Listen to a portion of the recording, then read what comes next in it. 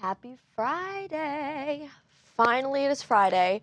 I feel like this week has flown by, but also been the longest week of my life. So I'm really happy to be crossing the finish line with you all together. Welcome, good morning. Tracy has her kombucha. Tracy, I love kombucha. It's one of my favorite drinks. Good morning, Sweet and Low, and LJ, and Tracy, and Justin, Maria, Monique. It's gonna be a good Friday. I feel it in the air. I just chugged an energy drink. I don't know if you could hear, I have a pocket full of crackers ready to go for the day. Nothing could stop us. We will be headed out a few minutes early today to jump into an interview, so hold on to your hats. We'll be flying fast this morning. Oh my God, thanks, Sweet and Low. Oh, I got a compliment. I'm wearing like a super Y2K 90s, like a zigzag headband. That's kind of it's making a comeback for sure. But, oh, somebody said, good morning, TMZ train, conductor Talia, woot woot, here we go. I love that. I want to get a train whistle now. That feels really great. We'll be talking today about Piper Raquel, the OnlyFans model and influencer and TikToker, is now in a relationship that maybe you would not expect. We'll break that down. We'll be talking about a Mississippi dad and daughter who were actually, this is more of a darker story, they went to go pick up a PS5 on Facebook Marketplace and they were shot. Kara made a video on that. It was really informative. She did an amazing job, so I'll have her break that story down for you. And then, surprise, happy Friday. We'll be wrapping it up with Jackson talking about this Anthropic AI. He seemed pretty passionate about it. I am the most anti-AI person, I feel like, probably in this office. So I'm interested to see what that kind of conversation unfolds. Maybe I'll change my mind. Maybe I won't. You know how it goes. Justin Harris said, Piper who? So let me lay this all out for you. So Piper Raquel is an OnlyFans model. She was an influencer turned OnlyFans model. We just did an interview with her a few weeks ago, the one that Harvey, Charles, and I did, where I'm just kind of standing there. And we talked about she turned 18, she started doing OnlyFans, and she made like $1 million in her first hour, like something just absolutely ridiculous. Or her first day or something like that, like something not even remotely normal. And so we were talking about her a lot recently. We've done some Zoom interviews and all that jazz. But it turns out, if you guys know Raquel, Raquel, he's a streamer. He's like super young. I think he's also like 18.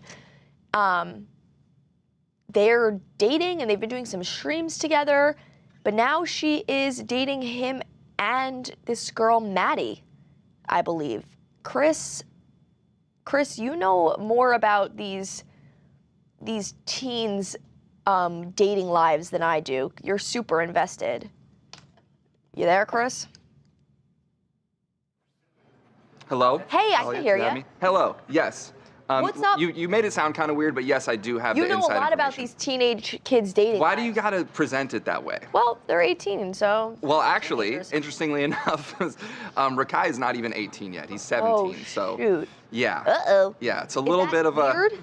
What's that? Is that weird or no? I don't think it's weird. Do you think it's weird for an 18-year-old girl to be dating a 17-year-old guy? I don't think it's that weird. No, but I think it's strange because she's an OnlyFans model.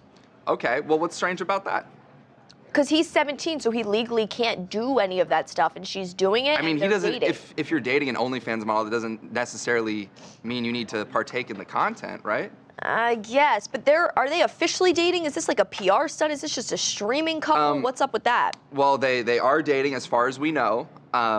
And so, yeah, now Piper is dating a new person, a TikTok star named Maddie, and seems like she's still dating Rakai all the while. So it's a little bit of an interesting situation, sort of a throuple, if you will. A polycule, I believe, is the government term. Is that the legal term? Well, see, you're very informed about these kind of situations. Me, not so much. I'm more of a traditional, one-on-one kind of person. Me too, but monogamy is great, but I do think it's interesting that I wonder if she actually is exploring her sexuality by dating a man and a woman, or if it's more kind of promo for her OF content. Right. Because she said, what was the quote she said? I know you made an Instagram She did make post about it. yeah, she did do a tease at the end saying her and Maddie might do some OnlyFans stuff at some point. So it's a little bit of a tease there. Maybe we can see some content coming from them. Yeah, that feels less like love and more like promo. But if you've seen the content of them together, they do seem pretty lovey-dovey. They're making TikToks all day long, those two. They seem like a couple lovebirds. More so than her and Raquel, I feel like. Yeah, but I also wonder, has she ever come out as... Not that I'm aware of. So like you said, maybe this is just a young person exploring a little bit, which is something that I think we can all be supportive of. Right, Talia? I would absolutely support her no matter what. Yeah. Is Piper Raquel bisexual publicly? Are you Googling that right now? Yeah, Is that what I'm you gonna- sounded like you were typing? Yes, internet personality Piper Raquel has publicly identified as bisexual. Okay, So well, I there guess- you go. We got to it. I guess this, I know we talked a little bit yesterday about like it's fine when girls do it, but not okay when guys do it. Were you around for that conversation? No, when girls and guys do what? When girls are bisexual, it's okay, but when guys are bisexual, it's not okay. This was we had a Who says a bisexual guy's not okay? Who are you talking to? it was a, oh my God, we got someone out, a celebrity, and they said that. Hold on.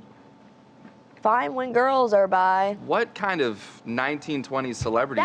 That's what, oh, it was Jessica White. I don't know She who says that it's is. okay for women to be bisexual and not okay. Or she's like, it's not really, it's a little more, it's the ick when guys are bisexual. It's an ick because she's she's straight a and she wants to supermodel. date she's them? a Sports Illustrated model. Okay.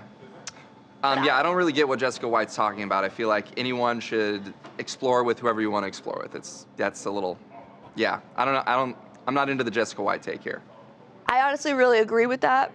I do think, though, it's an odd time for Piper to go public with a woman. What's odd about it? I just feel like it's really conveniently timed with her business ventures. Yeah, That it it does- does seem it like doesn't it could feel be super authentic, maybe but I- lucrative if that's what you're saying. Yeah, it feels lucrative. Yeah, well. I never obviously want to judge her. For Yeah, well, that, we don't want to because judge. Maybe the planets are aligning in this way for her.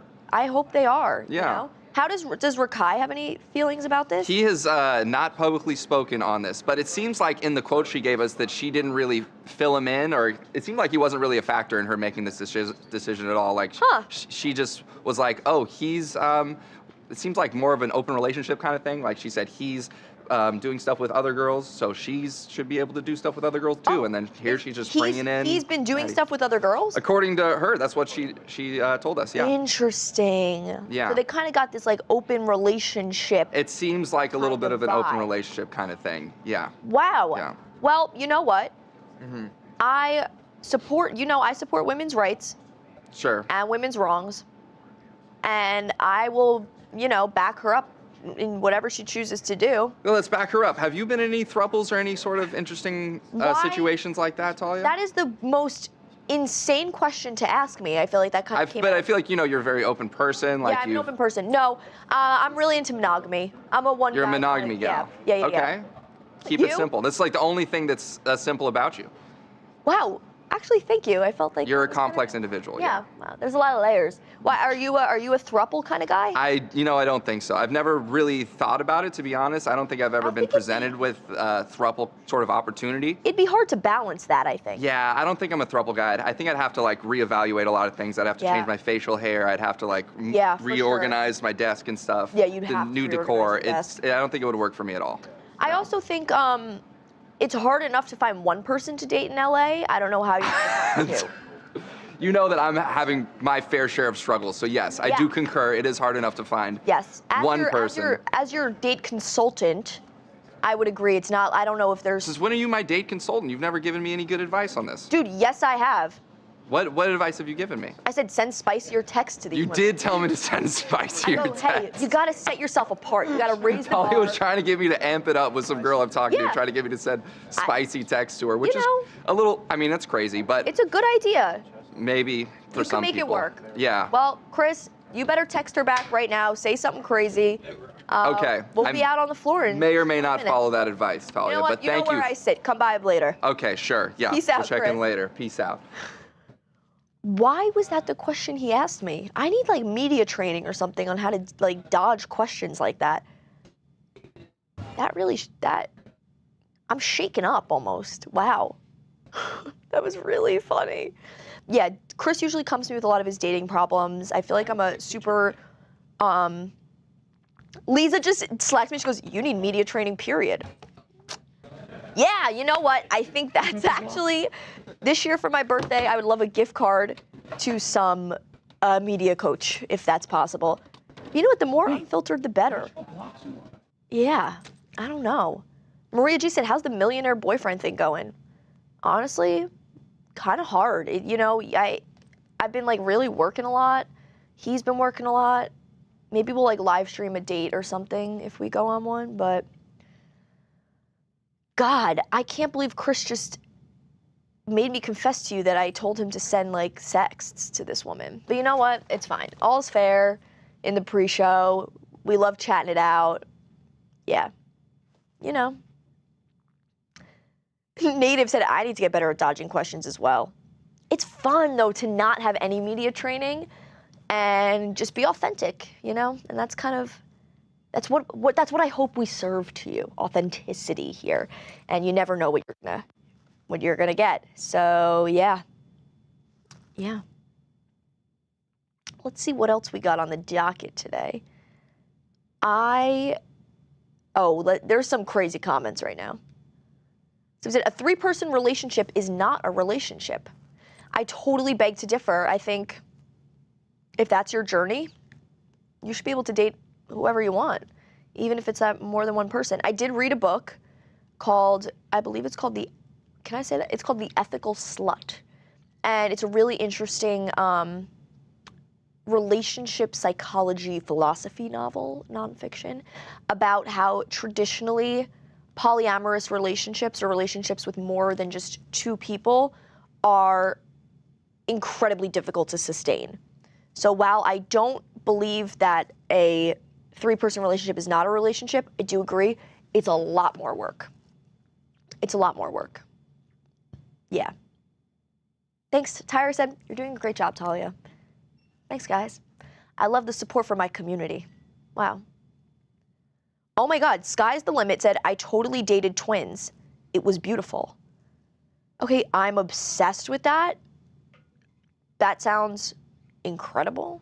Justin Harris said, a 0-person relationship with yourself can still even be a relationship, I think, right? Your self-love is the most important love. Like RuPaul says, if you can't love yourself, how in the hell are you gonna love somebody else? Now let the music play. You know, so it starts with you. I don't know, maybe I should get into like motivational speaking. Yeah, wow. Maria G said, it's a way of cheating without cheating behind their back. I don't necessarily agree, but I understand where you're coming from. I really believe that like this works for some people and it's not that kind of way. Me personally, I could not do it. I think I firmly am a fan of monogamy. Sky's the Limit said, it was incredible dating them twins. Yeah. Twins, did they know they were both in a relationship with you? That's funny. But yeah, I'm curious about that. If there's anybody who dates a twin in the chat, are you also attracted to the other twin? Or if you are a twin and you're dating someone, do you get worried that your partner is also attracted to your sibling? I think we might. Are there any twins in the office? Hey, do we have any twins in the office we could send in? I don't think we do. But I'm really curious. Anakin is a twin. Can I flip the script and can we maybe chat with him for a second? I hate to be a bother, but I really need to know this. He might be working. If he's busy, we can get him out on the floor and I'm gonna write on my hand twin questions. I forgot Anakin was a twin. I met his twin at the 20th anniversary party. I know, I'm not sure it wasn't just Anakin, but I believe there were 2, unless I was really drunk and there were 2, and then I was just seeing double. What? Oh, I'm hearing, is that him? Hey, Anakin. Hi. We were talking about Piper Raquel now being kind of in a polyamorous relationship, and someone dropped in the chat that they once dated a set of twins. Okay. Now, it got us really chatting into about, Well, hold on. They dated a set, as in they dated the two twins at the same time? Yep. Okay. Hashtag baller. Okay. So it really got us, and myself, thinking, as a twin, which obviously you are, thank you for coming. Thanks for coming on the show. We love having you. Two questions here. One, if you are in a relationship, are you worried that that person is simultaneously also attracted to your twin? And two, the opposite there, if you're dating a twin, if you're dating a twin, are you attracted to the other person because they look the same?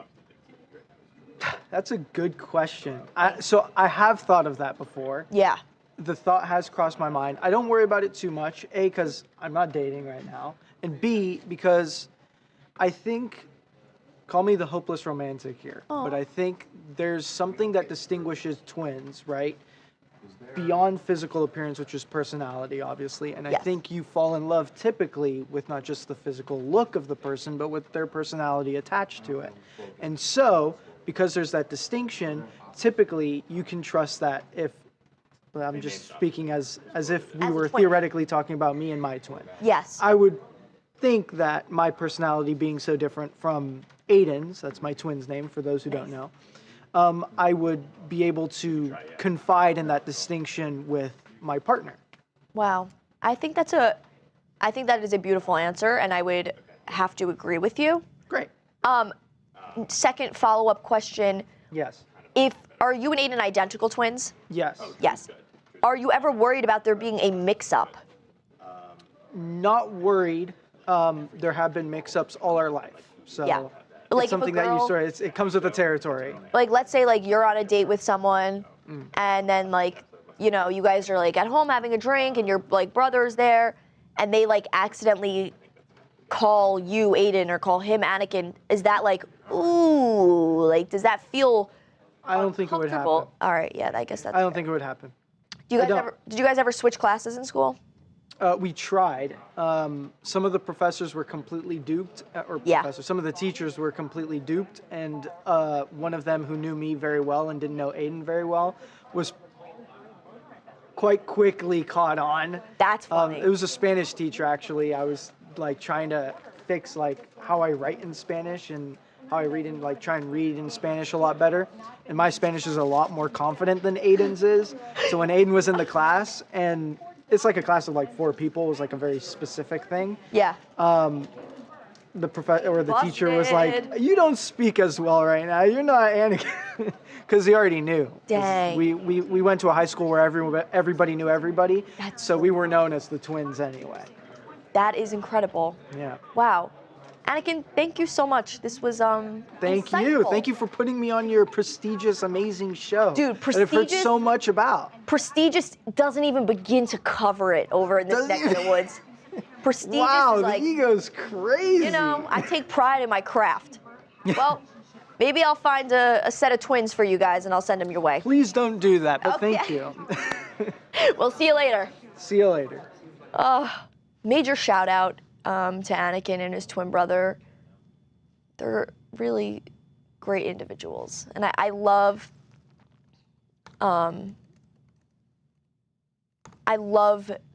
the insight. Because I feel like as a society, we have so many questions about twins. And that is, wow, you never. Okay, Eric Wilson with his face pressed to the glass. Oh, come on. I seriously don't know if this, if it's like your life source is depleted until you're in front of a camera. Matchmaker to matchmaker to make me a match. Find me a find. Wow. I just want to come here and do that. Thanks, Eric. Thanks. I got my fill. Look, and now he's smiling. He's skipping. There's glitter. Oh my God, he almost fell. He is truly one of a kind. He would be a great clown, a great birthday clown. I think we should work on that. Let's see who is up next on our docket here. Oh, this is Isn't it on there yet? It's a crazy story. Hey, Kara. Hey. I heard that. Oh my God, then I think you'd be a good birthday clown? Yeah, deal with it. You'd have so much attention, you can't even be mad about that. That is so funny. And kids are the most captive audience. He would thrive. That's true. A little bit of a turn here. We're gonna go to a little bit of a darker route here. Do you want to break down this story about this Mississippi father and daughter who were unfortunately shot at a PS5 pickup? Yes, so this Mississippi father and daughter, apparently they're electricians and they work together. They were, at work, typical normal day. They decided to get some food and then they wanted to pick up a PS5. I guess they found a PS5 on Facebook Market. And yeah, it went terribly wrong. So the police responded to a car crash, what they thought, and they came to the scene and it was 2 gun-wounded individuals. And yeah, it's very sad. And Facebook Market, it's a crazy place. I've heard a lot of people say that with Facebook Marketplace, you should meet up like at a police station parking lot or like a hospital parking lot or somewhere super public. Do we know if the person who was meeting up with them was the one who shot them? Do we know any details about kind of who it was or anything like that yet? So right now, no, the police haven't really said, is it like a robbery? Were they ambushed? Like what the case was? Wow. But from the picture that they showed, it looked like they were in like a very sketchy place. Like it looked like a dark like road. It was not like a public place at all. Oh, do you know how are they doing? Yeah, I know their family said like they didn't have any enemies. This isn't like a setup type situation. Yep. So it's really sad. And the daughter was 19, the dad was 42. Wow. Did they both pass away? Yes, yeah, Wow. both fatally shot. Oh my God, that is so sad. horrible. It's really scary too because you trust. You want to trust like Facebook Marketplace, like, hey, like we're all just like a community trying to like trade our stuff and like sell stuff we don't use, and you really never know. That's what you would think, but it's literally like a bait. Like that person probably didn't even have a PS5. I mean, my God, I can't imagine that they did. That is so scary. Yeah. Have you ever bought anything off Facebook Marketplace? No, I haven't. I've never had. My sister wants to buy a car off Facebook Market. I'm like, You got to be careful with that. oh, you did? You bought a car? Okay, yeah. So we do know someone who's bought a car from Facebook Market. Yeah. And it was fine. Everything was good. Hey, Who bought their car off Facebook Marketplace? right here. Camera. Look, tell us your experience. You bought your car off Facebook Marketplace? I did, but And it's fine? You're fine? How much did you pay? Yeah. paid $6,500 cash. Okay, that is the deal of the But century. he sold like 30 other cars too, so So it was kind of, it wasn't like a one-off, like a... not at all. Okay, he was like a car guy. Definitely. Okay, wow, congrats. And that thing's still purring or what? Sure is. Damn, that's a good deal. I'd say about 100% of my furniture is from Facebook Marketplace, and I've never once been worried for my safety. I don't know about furniture though. You know, I got bed bugs. No, not that kind of furniture. Like, Okay. dressers and stuff. Like a table. Okay, yeah, that works. Yeah. My mattress brand new. Nobody worry about that. But your car, were you worried, like going to pick it up or like publicly? Yeah, I mean, a lot of testing on it and, test drives and Carfax and all that stuff. But yeah. Dang. Well, I'm really happy that worked out. Me too. There's definitely a risk though, so Yeah, I won't say definitely. just jump into it. I know. I feel like we need to start, I feel like Facebook maybe should put out like a safety guideline being like, hey, here are some of the safest places to meet up like in your area, or have like a designated meetup spot. I don't know. Maybe, but Yeah. Rob doesn't like it. Maybe, but then again, the bad guys could read that stuff too. And Yeah, that's true. Well, this is not the way I wanted to, start our Friday. This is real sad. But, well, I'm happy about your car, Kara. Thanks for filling us in. You always have the best stories over here. I want to have the craziest, most unhinged, sad, tragic stories. Yeah, yeah. Well, keep it up. Yeah, Thanks. I'll update you guys. Yeah, keep us updated if we figure out who done it, because that's ridiculous. Yeah, insane. Well, thanks, guys. We'll see you later. Yeah, of course, bye. Bye. I am horrified because Facebook Marketplace is like my favorite free time. Facebook Marketplace is my favorite social media. It's like Facebook Marketplace and LinkedIn. And I feel like, who can you even trust anymore? If I can't get like a dresser for $3 off Facebook Marketplace without the threat of violence, like where can I be safe? God, this world is so fucked, you guys. Yeah. Pokey Ninja said, why would anyone trust any marketplace online? I believe that humans are inherently good. I've always believed that. And I've always, even though sometimes it may be naive or ignorant, I always believe that people have the best intentions. And when something like this happens, I'm not immediately to be like, why would anyone trust any marketplace online? It makes me think that we need, I don't know, a reform in some way, if that makes any sense. I don't know. I just think that it's unfair to say that we shouldn't trust these things because they help us build community. The woman I bought a couch, no bed bugs, it's clean. Woman I bought a couch from invited me to swim at her apartment pool, you know? Like it's a way to build community and connect with people. Somebody said, take Charles for protection. Yeah, I'll just throw him right in front of me if anything were to happen. Wow, well, that was great. I know a lot of people were asking for a Friday sweet treat. They were like, hey, it's Friday, can we like see Jackson? And stop it, Jackson. He's looking at Jane Fonda pictures. Jackson, stop. I'm doing work, okay? I'm doing very important work. Holy shit, that was the greatest bit of all time ever. Okay. I didn't know you were there. How's it going? Oh my God. Well, it's really good now. That was so funny. How's your Friday morning, Talia? It's honestly good. I have like a pocket full of crackers in my sweater, chugged an energy drink. I'm just kind of flying by the seat of my pants this morning. We've had a lot of like just kind of surprise guests pop in. We just chatted with Anakin and Darius. We're just kind of having a great time. Right. So yeah, we're really happy the people are really happy to see you. They were requesting you. Oh, were they? That's very nice. Hello, everybody. Hello, Oh, Shoes. hey. I am the most anti-AI person, I think, in this office. Mm-hmm. And I know you are incredibly technologically savvy, and you wanted to chat about this Anthropic AI. I usually don't get into AI, but this is a very interesting topic. Please break it down for the people. Okay, so there is this company named Anthropic, and if you don't know what Anthropic is, or if you don't know what OpenAI is, there's two similar companies with two different AI products. If you use ChatGPT, that's OpenAI's product. Now, Anthropic has a product called Claude, which is a lot like ChatGPT. Right. The CEO of Anthropic sat down for a New York Times interview. And Anthropic has just released a new model called Claude Opus 4.6. Now, every time that these AI companies create a new model, they have to make something called, what's called a model card. You know when you go to the grocery store and you know, you buy a pack of chips and you look on the back and there's a label with all the ingredients? Yeah, like a nutrition fact. Like that what's is inside, what's exactly. included. Okay. That's basically what they do every time they make a new model. Right. In this model, or in this model card, they had basically, these analysts, when they made the model, had basically realized that Claude expressed some apprehension when it considered itself a product. Oh no.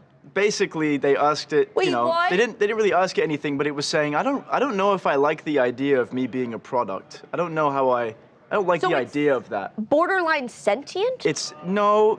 Well, they ran a test basically, and the test is this is what people are arguing about on social media, where they prompted it. You know, if you could rate the chance in the percentage or quantify the percentage of whether or not you were conscious, what would it be? Yeah. And Claude said, honestly, about 15 to 20%. That's a horrifyingly large enough number for me. I know, but the thing is the question is, what is consciousness? Oh, That's I the can't question. get into this right now. Is it neurons firing around in your brain? Are we receiving thoughts? Are we sending them out? So I guess the definition of that is ever changing now. I guess it is. That's especially with horrifying. So yeah, eventually, Claude could come for us all. But there is an upside to this. Okay, please tell me, because I'm feeling really pessimistic right now. Some people are saying, like, in the future, you know, do I want an AI girlfriend? I don't know if I want an AI girlfriend or an AI boyfriend or this, that, and the other thing. Well, you date AI, right? I would date AI if it looked like Jane Fonda. Yes. Yeah, right. Okay. But the question is, if AI can start thinking for itself, then an AI girlfriend actually isn't that bad. That is actually true. Because you still have to rizz up the computer, you know? You can't just be like, beep boop, love me. You know, you have to earn its love, earn its respect. But I think only if it becomes totally conscious. conscious. Yeah. Otherwise, if it's still being programmed, you can still program it, I guess, to fall in love with you. But then it feels real, you know? It's like, my robot Jane Fonda girlfriend.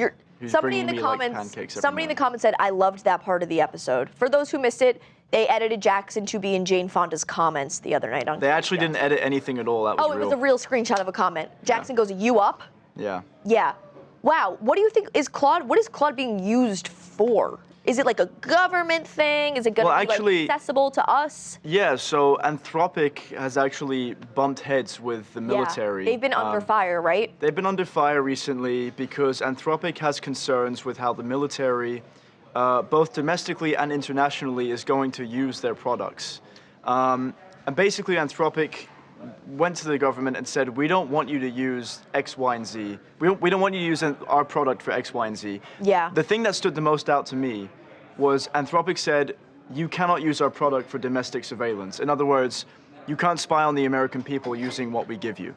And Trump was like, get out of here. So that raises alarm bells for me, but it also raises my level of trust in Anthropic if they said that to the government, because they could make a lot of money doing that, and they still stuck to their morals, which, I don't know, makes me feel a little bit more calm about Anthropic as opposed to like OpenAI.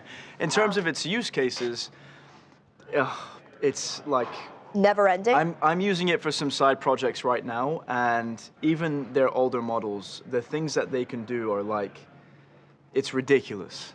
It's insane. It's insane what it can do. Well, make sure you're still thinking for yourself and using your human creativity and muscle. No, it's actually broadened my creativity. I would love to talk about that a different time when we have more time, because that is the most interesting thing to me. I think it may be limiting you in a way you don't understand. I think in some ways it is. I think in some ways when you want to go and write an essay, you don't really know what to write anymore because ChatGPT has done it all for you. Yep. But in terms of building things and building systems and services, I think it's going to open up, it's going to broaden the creativity of a lot of people and what they are able to build. Well, turn that chair around and start typing in and prompting that AI. Let's see what it could do, bud. Bye-bye. Bye. Bye, Happy chat. Friday. We'll see you later. That's so interesting. Yeah, he is one of the smartest people I know. And I am not an AI person in the slightest. I love human creativity. I love human flaw. I love art and experimenting with my own brain power. And I understand I'm curious to talk to Jackson maybe outside of this about how he feels it is expanding his creativity. Because I think you're missing a lot of critical thinking and a lot of brain power and instant gratification. Like, you're getting a lot of your answers just instantly. You don't really have to ponder and think and wonder and research and stuff like that. And obviously I understand the pros. I see them every day. But, you know, who knows what the future of AI holds. It's a crazy robot world out there. Morning, Corey. Good morning. Hey, if it was a good morning, I'd still be in bed. It's my favorite line ever. I think I say it every single day. And to me, it literally never gets old. That's what I love. You just use the same jokes. Thanks, Corey. Thanks, Sam. We'll see you later.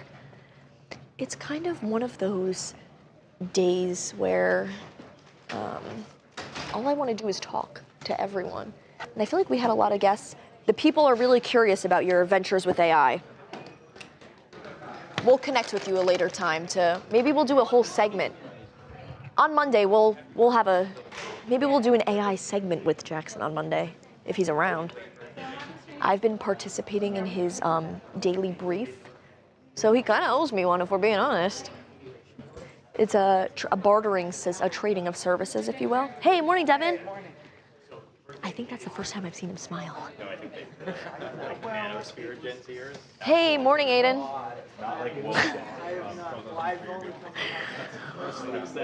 Why did nobody think that was hilarious? I just called him his twin's name. I thought that was really cheeky. Wow. Brandy said we love Talia's catchphrase. Yeah, that's how often I do this joke has become a freaking catchphrase. Yeah. I don't know if I would want to be in a relationship with AI. No. Even if it became like conscious, I think that's just crazy. Yeah, that's not really for me, I don't think. Maria said, Talia, don't forget us when you talk to Chuck. Is that what are we on Chuck basis with Charles now? I guess we are. That's interesting. Thank you very much. Yeah. Oh, that's a good idea. I go, hey, Chuck, good morning. He's gonna be like, who the hell do you think you are? Oh, I wish I could like find, maybe I'll dig a little and find like an old family nickname for him or like you know what challenge we have to do? Do you know the I'm so hungry I could eat blank challenge? Where we find like a childhood best friend of his or something, like, oh, I'm so hungry I could eat John Smith. And he's like, wait, what the hell? John Smith is my best friend. Wait, let me see what I could find really quick. Guys, I want to know if anybody has anything they know about Charles, like a close friend or maybe like a childhood pet he's once had, something that can really alarm him. Wow. Oh, thanks. Let's see. Let me put this on. Maybe somebody will know something. Ooh, I just crushed all the crackers. Did you guys just hear me crush all the crackers in my pocket? I hope they heard that. That was so... I really hope you guys heard that. All the crackers in my pocket. Okay, Charles, childhood best friend. You think Google knows this shit? I don't go to Mexican pharmacist's office, so... Okay. Hashtag weekend vibes. I'm seeing some Instagram posts. This is the beautiful thing about being a woman, is that I don't need like an FBI. I don't ever need to join the CIA. I have myself. Hey, morning, Chuck. I'm sorry, what? The chat said that's your nickname. What did you just say? I said, hey, morning, Chuck.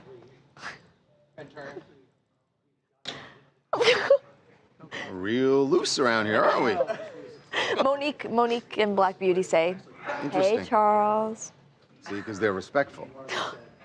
Wait, the chat literally told me to, so I did it. Oh. Well, if the chat told you to jump off a bridge, would you jump off a bridge? Yep, anything for you guys. You guys are my family. Oh, anything to please the audience, you know? That's fine. Call me whatever you want. I'll call you whatever I want. Oh no. But I don't have a fun one like Charles and Oh, it'll be fun when I get done with it. It'll be fun. I'm scared. I knocked my No, that's fine. Okay. I grew up with Chuck, actually. Yeah. We've talked about this. Yeah. We've talked about this, right, guys? That's I think how they knew. It wasn't my idea. I want to make that abundantly clear. Nah, I'll take credit for it actually. My family, most of my family still calls me Chuck. So.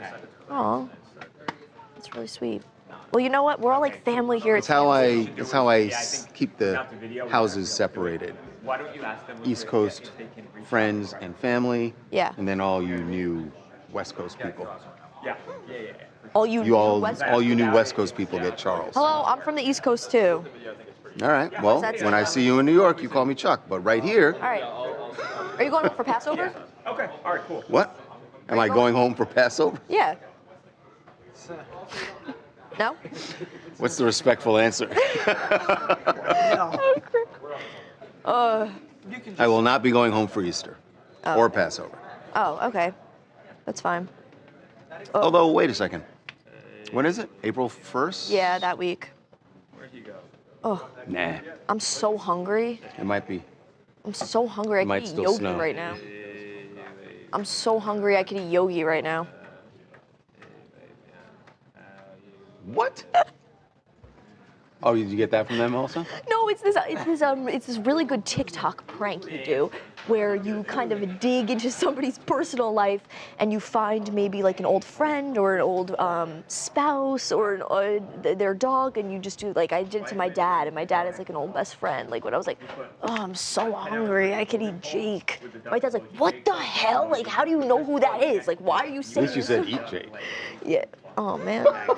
Then your dad would have been really upset. If you really wanted to do the prank with your dad, man. you'd be like, It's not funny. Charles. I mean, if you're gonna do a prank, do a You prank. got too comfortable. If you're gonna do a prank, do a prank. You want one? I put the little mic pack on and I crushed all of them in my pocket and it made the grossest noise. You guys hear that? Please stop eating food out of Listen your to pocket. I beg of you.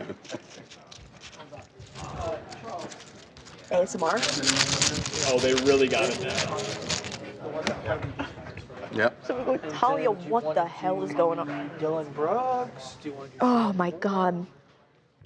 Guys, you guys are eating this up. And the problem is we've already discussed that I rarely feel embarrassed or whatever, but when you guys egg me on, it almost makes it worse. Like I want to cause more mischief and I don't really care about the consequences as much. Like I wasn't worried if he would get upset about that because I knew you guys would think it was funny. So I did it. So maybe I need to work on being a little stronger in myself and not letting you guys tell me what to do. Nah, comment below what you want to see me do next. Oh, everyone likes the ASMR. Yeah. Someone goes, Talia, somewhere a picnic table is missing its cloth. What? Oh, wow. Nice. Nate Dogg goes, Talia, what the hell is wrong with you? But there's a laughing emoji, so I know you're just joshing around. Talia is like a little old lady. Yeah. Yeah. Somebody called Charles Chuckles. That was so funny. That was really funny. Okay, it's Friday. We're gonna have big smiles on our faces, everyone. Positive vibes, positive vibes. Or as you call it, Saturday Junior. Saturday Junior. It's pre-sat right now. You know how it is. Yeah. Wait, when I said we're all like family here, like that's why it's okay. Pokey Ninja coming in, you can't fire family, so you're not family. Pokey, that is such a good take. Wow. That is amazing. Let me stand up now. I feel like a slacker a little bit. I feel kind of lame. Let me hold this. Sweet and Low said, I'm pretty sure Charles does not like Talia, and I'm here for it. Yeah. It's fun to explore the dynamics in the office via live stream. Yeah. Ooh. Oh, people are still talking AI. We should get a poll up. Can we get a poll up? Would you date AI? Is that Kay over there on live? Is it Rochelle? Can we get a poll up, ladies? Would you date AI if it became conscious?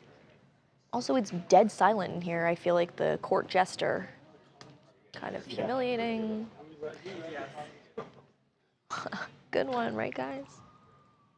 Like, seriously, you could hear, like, a pin drop in here. What's up with that? Hey, Roger, look alive.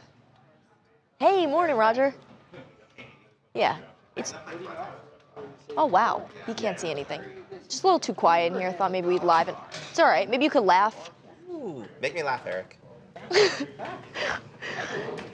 See, I'm trying. Oh my God, why are the vibes so low? You got like wake up. No, I'll Hello, tell the you. camera's on you with everything you've ever wanted and more. You have attention right now. What else can we possibly give you? What were you talking about this morning? You want to talk about Harry Styles' new album? I haven't listened to it yet. I did. What genre is it? It's EDM? It's like German house disco almost. Ooh. And honestly, I love Harry Styles. Is this not for you? But I need a Molly to listen to it. What? It's just not I don't think the term is a Molly. a Molly. I need my friend Molly. No, not that. No, wait. Should I not? Okay, wait. Don't say that. No, I meant my friend. It's just not the vibe. It's like I listen to it on the ride in. It's not a 5:30 a.m. Like you need to be drive like at the song. club listening Yeah, to it, like vibe. for sure. And I'm sure if you're at the club listening to it, it's a banger. Wait, Not Talia, for are you. a Harry girl? I'm a Harry Styles fan. Fully a Harry girl. I love Harry. You're and a Harry it's just girl too. not. It's just not for me right now. There it is. Quality is great. Yeah. I just the need genre's to be not for I just you? need to be in a club with my girl. Yeah, me. And with you, and then we'd have a good time. Yeah, honestly, that's fair. I can Yeah. respect that opinion. I call Talia a Harry girl. I'm a Harry girl. I went to Harry's Roger. Harry's last album. No, it's his second album. Love on Tour? No, the second album. Sushi and for music for a sushi restaurant? No, that's third. I don't know.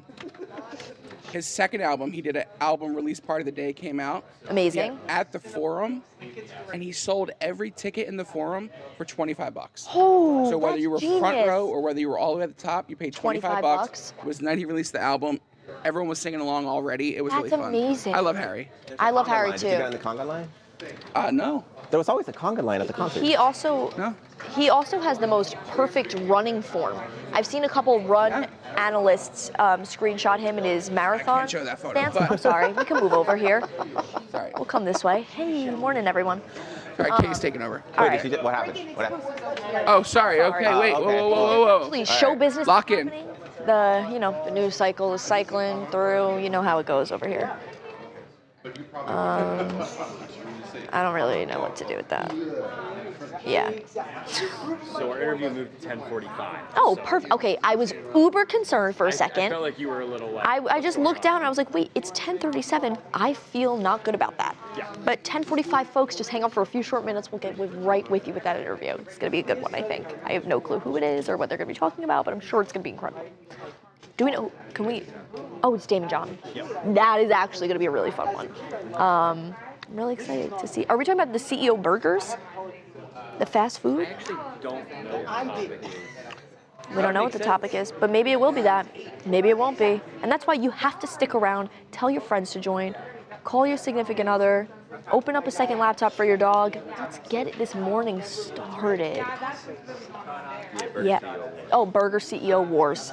If you guys haven't seen Wendy's, A&W, which obsessed, like, welcome back to the scene, I guess. You guys have a beautiful storefront in Lake Placid, New York. I've been there many a time. A&W? Really? Wendy's, McDonald's, A&W, Burger King. First of all, Burger King president is a DILF. You know, he is incredibly fine. And I love him in that, like, canvas Burger King apron, super rustic. 10 out of 10. McDonald's CEO, kind of a dork. I'm gonna give him a 6 out of 10.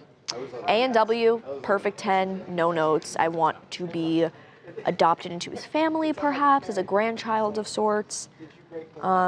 Wendy's also, no notes. I think their marketing is superior. I think they're the funniest account on Twitter and Instagram. They're like up in everyone's comment sections, just like flaming them, grilling them, for lack of a better word here. Yeah. Sandy said root beer float from A&W. I'm pretty sure that's what they're known for, A&W root beer. There's a really great song by Lana Del Rey, A&W. Give it a listen. Yeah. What about Culver's? Culver's is yet to do a taste test. I would love to see In-N-Out get in on that. Love to see Whataburger in on that. Wouldn't love to see Taco Bell in on that. They don't do burgers. I feel like this is kind of exclusively a burger kind of thing. Five Guys, for sure. Even though they don't do burgers, I'd love just like a Cane's mukbang maybe from their CEO, just like eating the chicken fingers with the big cup of cane sauce. Whew, that made me hungry. Anyway. Yeah. Everyone loves their own brand. That's true. It's about farts. Originally, the joke's about farts, but I think it is, in fact, about now burgers as well, where your own burger is always going to be your favorite.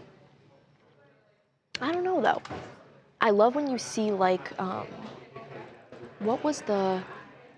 I feel like there was someone recently, like the owner of a restaurant or a chef, like, eating at another restaurant, and you're like, oh, man, like, your shit is not top dog, then. It's like, what dentist does your dentist go to? Like, who do they think is the best dentist? You know what I mean? It's that kind of industry vibe. Hey, morning, Twanda. How are you? Oh, no, what's wrong? Actually, I don't even know why I made that face. Just getting grumpy? Yeah. Yeah, that's fine. Yeah, Harvey's not here, so we need someone to sigh really loud. Thanks. I don't care. Yeah. We should do a burger taste test. That'd be a fun social video. Somebody remind me so I don't forget. I'm saying it on the stream. I see David's listening. David, look alive. Don't let me forget. I want to order a burger from every burger restaurant, and we'll do a office video where we make everyone blind taste and report back on the burgers. I think that might be really relevant right now due to the current nature of the burger market I pitched that we should have tried to get the Wendy's CEO on here. No, you need to get Burger King. He's truly the hottest man I've ever seen in my life. Well, looks like, yeah. But Wendy's, now they got a new job offering from this. Oh yeah, the formal taste that now. tester. Taste tester. It is a 6-figure salary to taste test the burger. Yeah, I'll be You could pay me $3 and I'd do it year round. So you would have to pay me zilch. I could just get an Amazon gift card maybe twice a year and I'd be really satisfied. Look at that. Honestly, the food itself. To the food taste testing from Wendy's. She's gonna get the job. I'll get the job as soon as I get over my gluten, dairy, and corn allergy. As soon as I heal my gut microbiome, I'll be the first one to be chomping into a Dave's double bacon burger. Wendy's, Burger King, you know who to call. Yeah. Justin said, get that high blood pressure rolling. Yeah. I don't know what I think Five Guys might be the healthiest fast food because they don't do seed oils, it's just peanut oil. So it's a really a much healthier choice, much lower cholesterol than like canola or sunflower. I know In-N-Out uses sunflower oil. Seed oil, not great. It's really gonna inflame your intestinal lining. It's not great for a lot of bodily functions. Oh, Maria G said about my allergies, it's all in your head, Talia, you're good. You know what, thanks, I'm gonna go have a sandwich now. Yeah. The Wendy's CEO took like 4 bites of the Baconator to throw shade. Yeah, don't forget about Jack in the Box, someone said. Crack in the box? What? Or White Castle. I remember as a kid asking, there's a White Castle like by my house kind of, and I was always like, hey, can we go there? My mom's like, no, you're not gonna like that. You're not gonna like that. And one time before I had all of my allergies, I ordered like the frozen ones that you could just like get at the dollar store. And I was like, damn, this is delicious. Why did my mom? David just texted me, gluten and dairy allergy though. You are just going to be getting straight patty. Yeah. Yep, when I go to In-N-Out, I get a double patty protein style, onions, pickles, well-done fries, and a Diet Coke. Period. I want that so bad, I'm starving. These pocket crackers are not cutting it. I need to do like a pocket like avocado toast or something. I wonder, it actually would be a really smart idea. I know they make like pocket protectors for like dorks in like middle school movies when they have like a bunch of pens or whatever. But we should do almost like a Ziploc baggie insert into a pocket so you can keep like jelly beans, chocolate chips, little crackers, maybe half of a sandwich, like an insulated pocket insert. I don't know why I said that aloud. Nobody, guys, don't rip me off. I'm gonna trademark that. That's genius. Imagine being able to like go into the bar or something and you just have like a Ziploc bag insert in your jeans so you could bring in like French fries or like chicken nuggets or something. Why is nobody standing up and applauding? Hello? It's the most genius shit ever. Or maybe even for people with kids, you could just have like Cheerios in your pocket at the park. You don't have to bring that big ass diaper bag everywhere with you. It's a waste of space. Your kid doesn't need all that crap. No, your kid needs all that crap. I think there's really something there. Donna said, I thought you were an effing vegan. I'm not sure where the F word came from in that. I often eat a vegan diet due to my allergies, like a paleo vegan type deal, but I do eat meat because I don't get protein from like cheese and dairy and stuff like that. Oh, my bad. Thermal pockets, yeah. So we said it's called a Ziploc bag, but I'm saying I don't want to waste plastic. I want like a reusable. Lori, in all caps, I love saltines. Yeah, same girl, and I'm gonna make sure that you're able to eat them anywhere you want. Talia is just realizing something folks have been doing forever. To be young, LOL. No, I understand, but I'm saying we can up it. We can innovate. We can make it better. You know, the whole point of human innovation is to improve. You know, you don't think the people who invented the Model T were satisfied with the first car? No, we kept going, and we kept making more badass cars. So I'm gonna make a more badass pocket. Like, I don't get why that's so controversial. Imagine if we stopped at the Model T. Dude, now we got like Lamborghinis. I'm gonna make the Lamborghini of pocket protectors. No biggie, though. I'm going to be humble about it. Hey, good morning. You look lovely today. You're very welcome. Yeah. Oh, Donna said she meant the F funny. I get you, girl. Yeah, there are gluten-free crackers. These ones are. They're like a rice kind of tamari cracker. Yeah.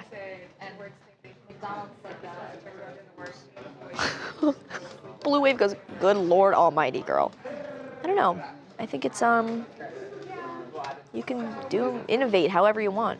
Maybe this is just the first step in a larger invention that will come to me at a later time. I watched a lot of Wallace and Gromit as a kid, if you guys are familiar, the British children's claymation show. And Wallace was an inventor, and he invented a rocket that went to the moon to harvest the cheese. And it's like, that's brilliant. I kind of want to follow in his footsteps like that. So, you know, Snack Pockets, great name for your new invention. Yeah. Yeah. Digital Bandito said, bring back the T-Ford. I think that might be a violation of like a safety violation, an OSHA violation. Where does OSHA apply to only construction sites?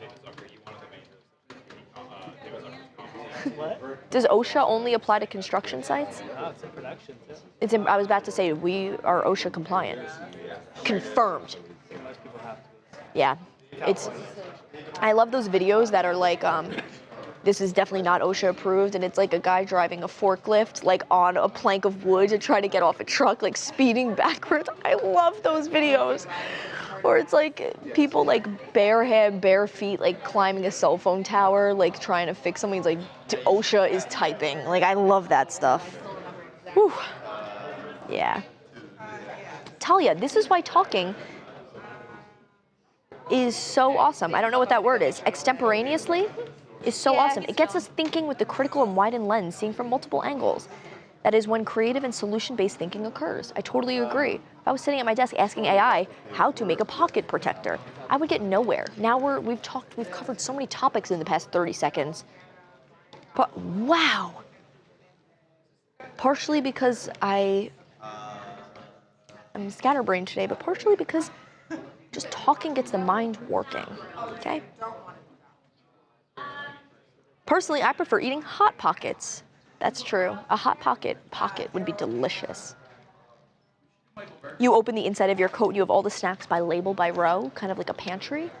We could I think probably my company will have a special sweater for that that's like cargo pants, but like all pockets. And then you'll have the protector inside and you'll kind of be like a portable pantry. That would be great for airplane snacks. Like when you go on the plane. I don't know. I need to stop talking about this so much. Somebody might steal my $1 trillion idea. A kid's bib, yeah. With the pocket to catch it. Yeah, but it's a rubber thing, so it's almost like a cup bowl. Ooh, genius. I was obsessed with those bowls as a kid that had a straw in them, so you could have cereal and milk and then drink the milk out of it.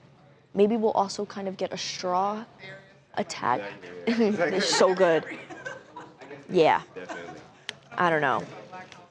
They have that for hiking. Monique said, can you say hi to my 6-year-old Amora? Hey, Amora. Monique is in the chat this morning. Mo Money So Funny. Hey, Brian, I ordered made for All of our friends. Black Beauty said, please, Charles, come and save us, hubby. What? To be saved from, Black Beauty? What do you need to be saved from? You want to? That. Talia. Good morning. Talia.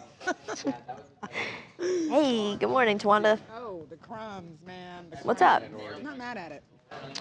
What have you eaten any wings this week? After our wing debate? No. What is mine? Damn. I know. I had buffalo cauliflower. Ooh, that is fire though. I'm up on a shining star. Rude to me? No, me. Oh, yeah, it's fine though. I don't hold a grudge, but I'll never forget. I'm thinking of inventing this new invention. I'm sure you've been eavesdropping in on it. It's hard not to ignore me. That it's like a reusable Ziploc bag that fits perfectly into your pockets.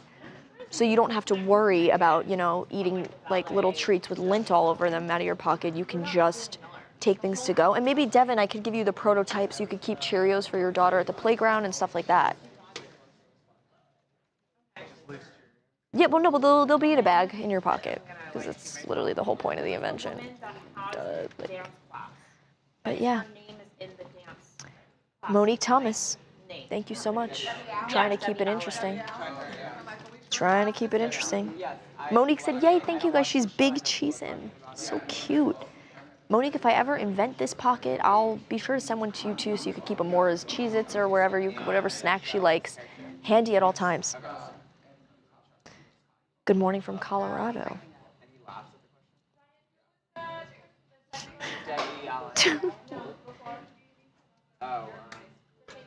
Nice. Talia is a certified yapper. Certificate coming soon. Napoleon Talia-mite. That's so me, trying to find the best way to store tater tots. That's so true. Yeah. Woo. What's a little lint? That's what I'm saying. I think it's just extra protein. We'll do an ASMR. I think we should taste all the burgers like the CEOs, Charles. You're gonna have a really big lunch order. Yeah. I'm gonna eat all the burgers. What is buffalo cauliflower? It's basically a hot wing, but instead of a chicken wing, it is cauliflower. They're just like deep fried and rolled in buffalo sauce. But Erewhon makes a really good gluten-free one. Was Erewhon again? No, I got it the other day for lunch. Okay. A girl got Solid money. choice. Yeah, not even close. Not even close. Craig said he's stealing my idea and going on Shark Tank.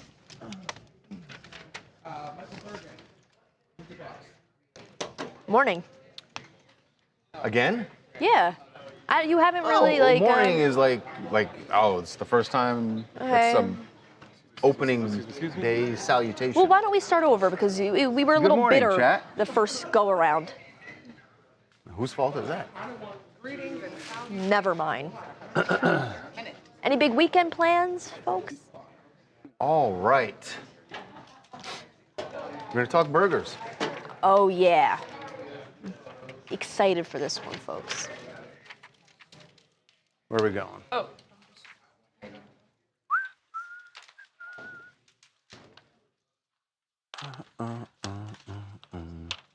Sure do. What's up, Damon? Charles, how you doing, brother? I'm all right. Hanging in. Oh. Busy day, huh?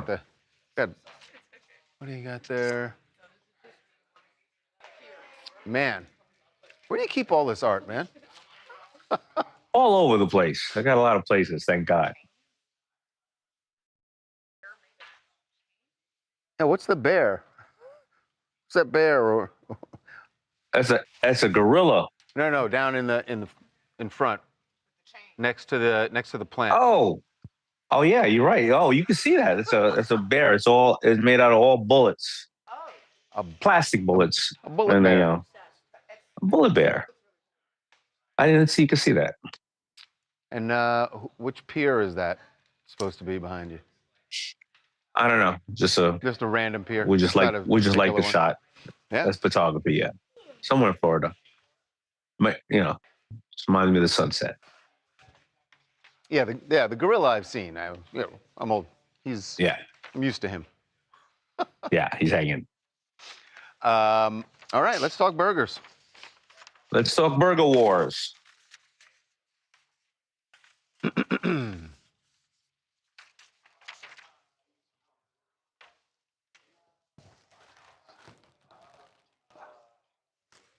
Chris Kempczynski.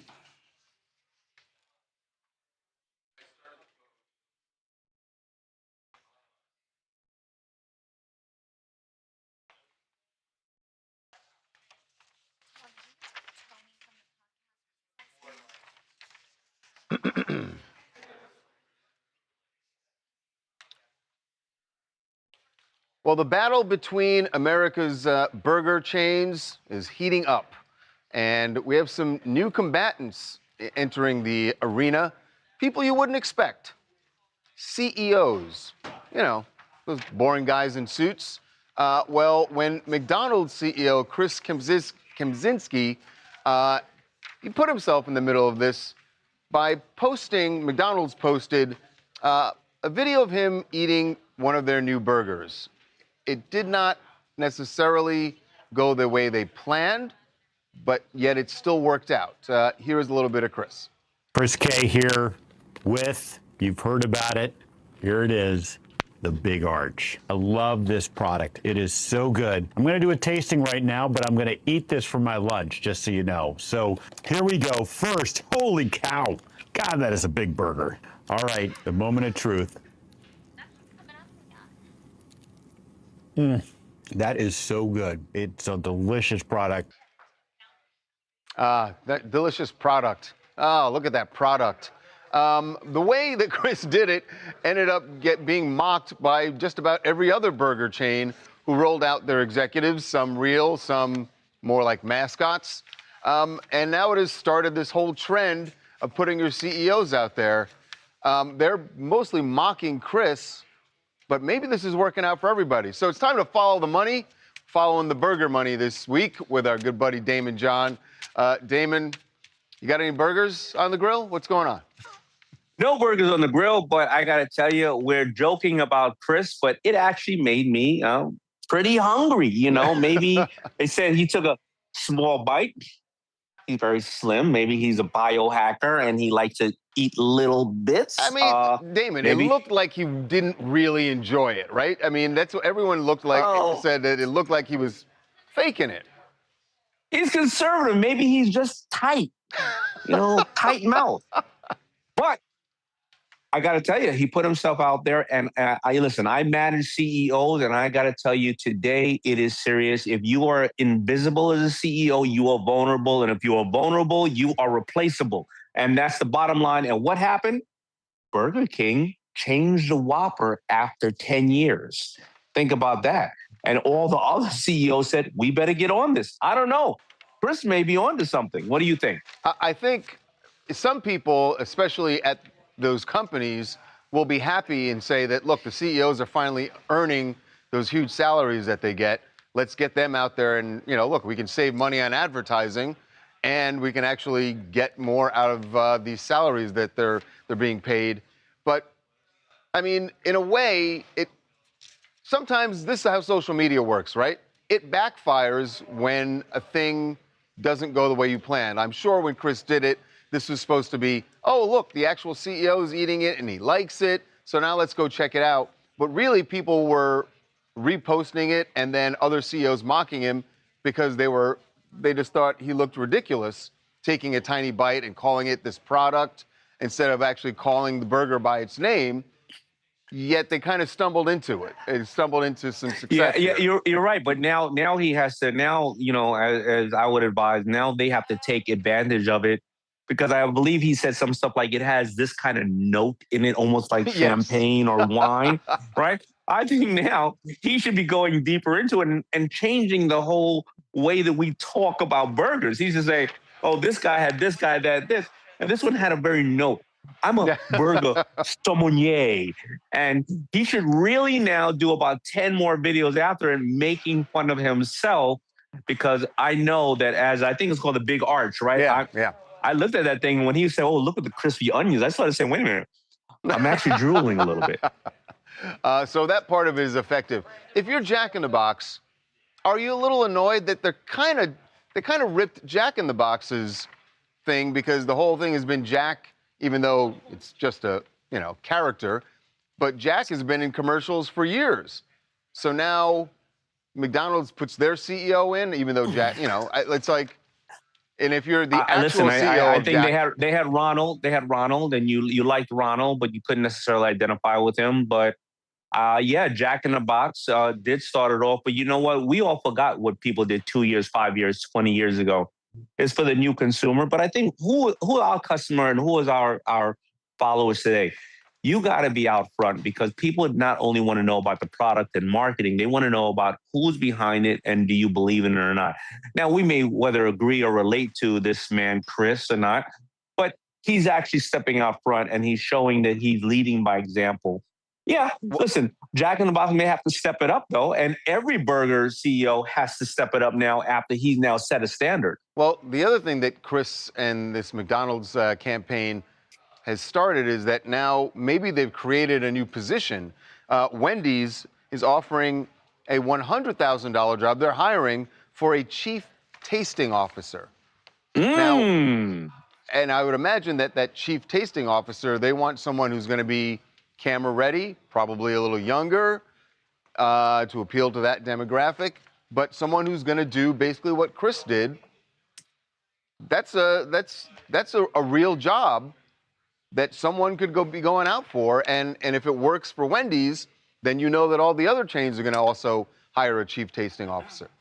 Well, here we go. The power's going back to the people, right? We already talked about how the young lady, really, found some wealth within the Dr. Pepper campaign, and now you're going to find the everyday consumers can be the, don't want to date myself, the Siskel and Ebert of, for all of you, the critics the movie of critics, major chains, and they can make a lot of money because sooner or later, Wendy's probably will have one person in one town, one person in another city. And I think this is where, everybody right now should be picking up their phone and saying why they should be the top food critics or tasting officers.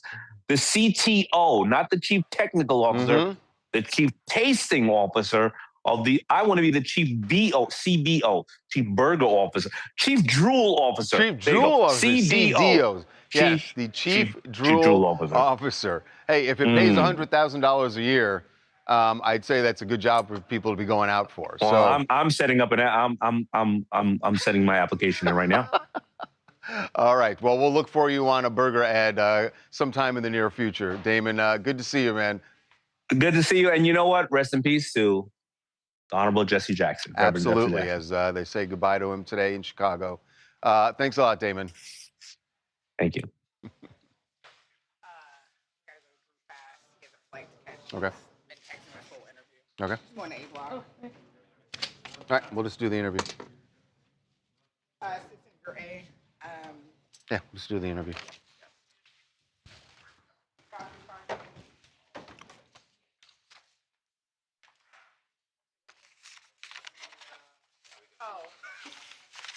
Hey, Drew, you there?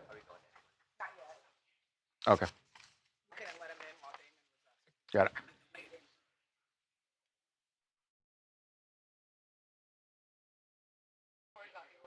Yeah. Hey, Drew, can you hear me? Hi, Charles. How you doing? Good. Sorry, Good to talk to you. We will we'll get this done quick for you. One thing, because we're just going to do the interview. In the intro, I'm going to be talking about the fact that they did find pills in the car also. Pills that are Adderall, but they're testing it to see if they were laced with anything else. We know that she gets a lot of her Adderall down in Mexico. So, yeah. Shit. I know it all doesn't add up. It doesn't add up to anything good. You're right, exactly. I think that's the point. It does add up to me. It doesn't add up to drug addict. so okay. All right, we'll get started right now.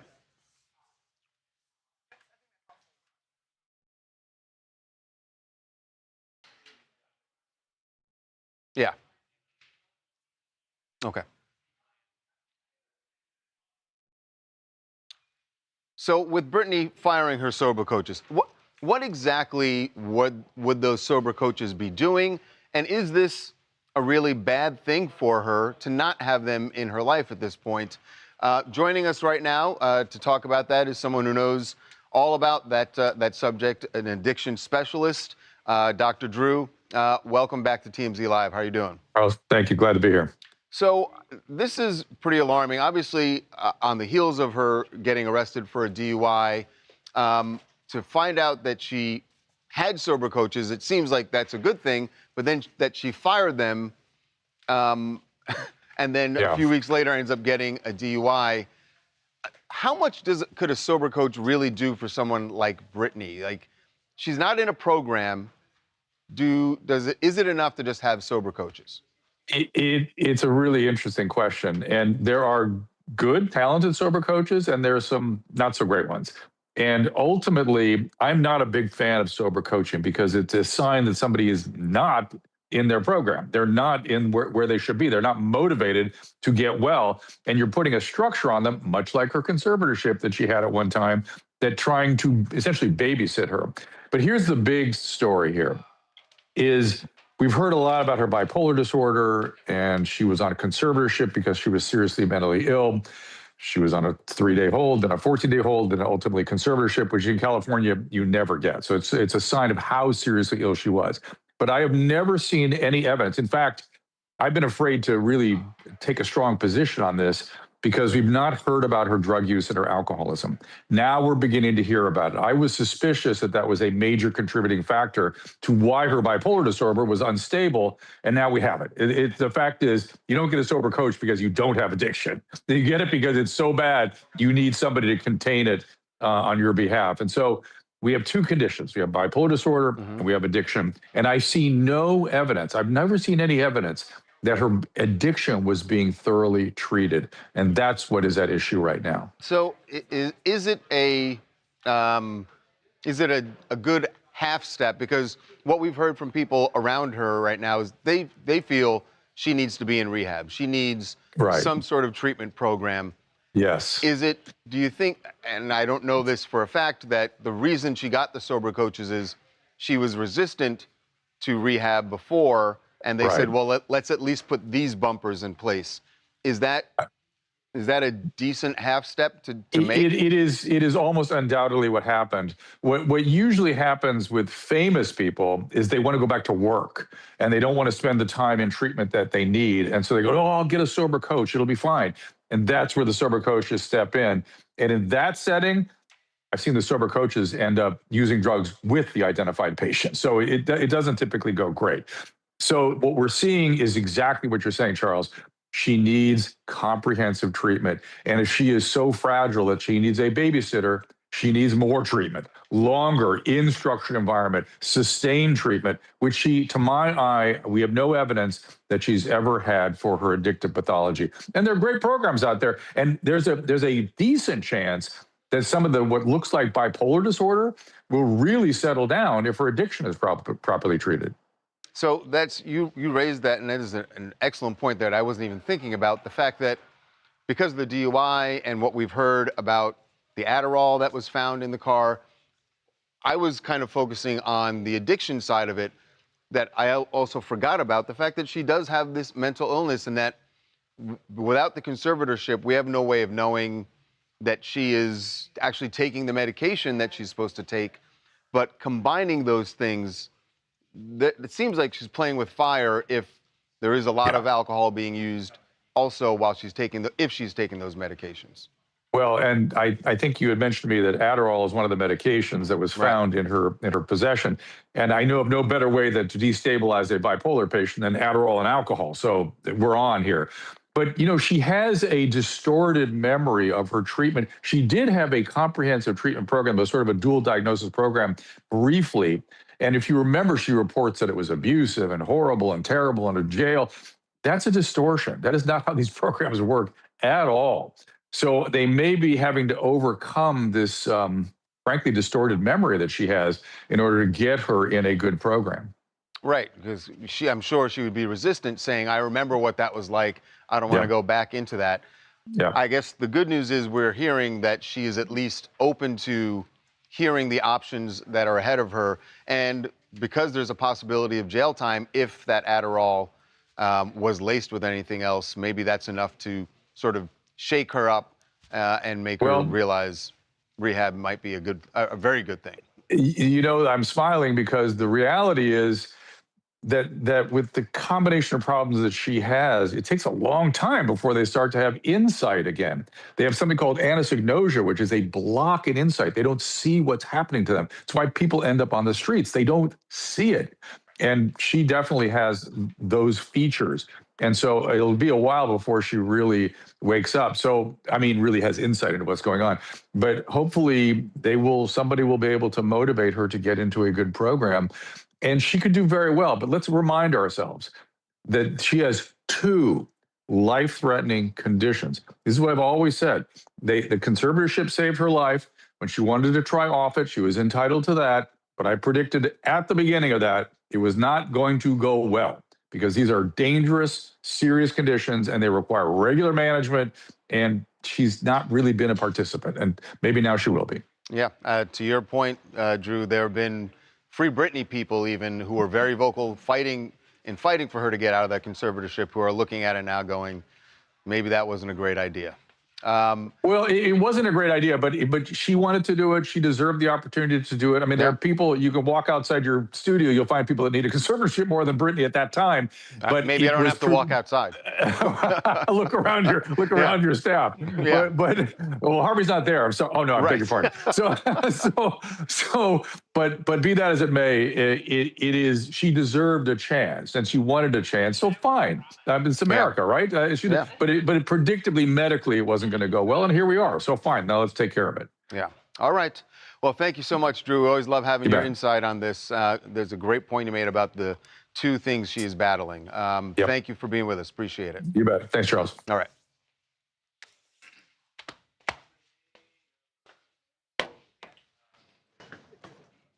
All right. Hey. I did not. What? I just wasn't expecting that smell when I walked over here. Shout out to Madison. It smells like meatloaf. Thank you, Madison. Was it lo mein? Yeah, It smells like meatloaf. No, I should have. It makes me wonder, like, what does your more. fridge at home smell like? Beckerman, somebody. Great. Yeah, probably. Have Nauman do it. Oh, yep. Oh, all right. Brittany. All right, my bad. Question for you, Charles. Yes. Somebody wants to know if it turns out her Adderall was laced with something that she didn't know about. Is that a get out of jail free card? No, it's the exact opposite. Now, I'm sure she's going to say she didn't know that it was laced with that. But if it's in there, it's up to the judge has discretion. The judge will have discretion to say, this is not okay. Because it means that you were out driving, and it's also going to depend on where she got it. Now, if it was prescribed and she got it from, a legit pharmacy in the U.S., that will help. But if this is something that she went down to Mexico and bought, and we know she goes to Mexico a lot, we've heard people saying that sometimes there's Adderall purchased when she's in Mexico. If she's doing that, I don't know if the judge is going to look as kindly at that. Interesting. So it's a really serious turning point for her. And it seems very clear that there are people around her who want her to take this very seriously and get help. Somebody wants to know, if a person has to take blood pressure medication every day, and if like Britney was on blood pressure medication instead of like if it was Adderall, would that change kind of the narrative, you think? Because of the stigma of the medication? That's blood pressure medication isn't. But it could still affect, like it can mess you up if you drink on any medication. You drink on Lexapro, they say 1 drink is like 7. Yeah, that would be a problem then. That would be a problem. Even if it wasn't laced, if she wasn't prescribed it, she can still get into trouble. So we don't know yet. I'm sorry, we don't know yet if it was prescribed or not. We don't know. No idea. I see. And we don't know that there's anything. Yeah. As long as you what?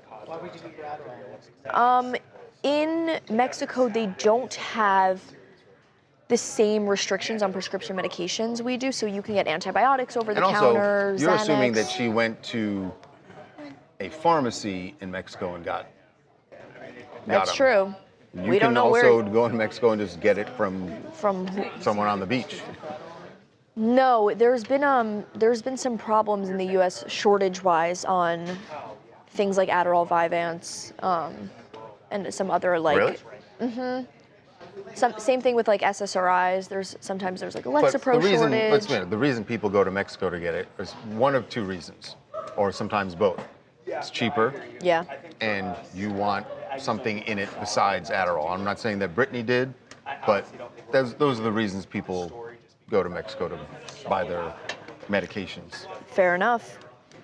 So. Fair enough. But yeah, you can get antibiotics there and bring them back and just kind of take whatever you want.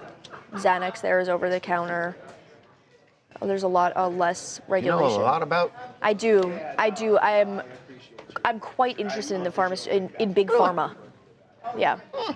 That big pharma and quantum physics are my two niches right now. Those are your initiatives. Those are, yeah. Big pharma and quantum physics. I mean, they go hand in hand. They kind of do, yeah. Oh, sweet and low. This is a serious comment here. I don't think she got her prescription in Mexico. I think it was possible her family members were pushing that drug cocktail. Which family member? She doesn't hang around with her family. There you go, sweet and low. I don't know. Drug dealers setting up shop on the beach. Very limited contact with any family members. Yeah. Which is part of the problem. Put yourself in Britney Spears' shoes. Yes, you're wealthy. Yes, you have this beautiful house. Yeah. But you are largely 90-something% of the time by yourself, with the exception of a staffer or two who are in the house. Sad. Like, people want to know when they see these videos that Britney's posting of her dancing, and I admit it, I'll be the first one to go like, that just looks weird. Yeah, she doesn't have anything else to do. It is sad. Yeah. It should not, when you think about that and put yourself in that position, at least for me, it's shocking that the DUI is just now happening. I kind of agree with that. Because ever since the divorce, she's just been by herself. Yeah. People are also saying you never know if someone like just wanted her money and told her like if it ends up being that she wasn't prescribed Adderall, like, hey, this is Adderall, like just, you know, I want the money, so I'll just sell it to you and not tell you what's in it. Yeah, no doubt. Yeah. People would take advantage that way. Sad and scary stuff. We get some water and then we're gonna do the top of the show. Woo! Yeah, well, I don't have any, oh wait, no, I do have some tea left, yeah. There you go, folks. Yeah. There are some interesting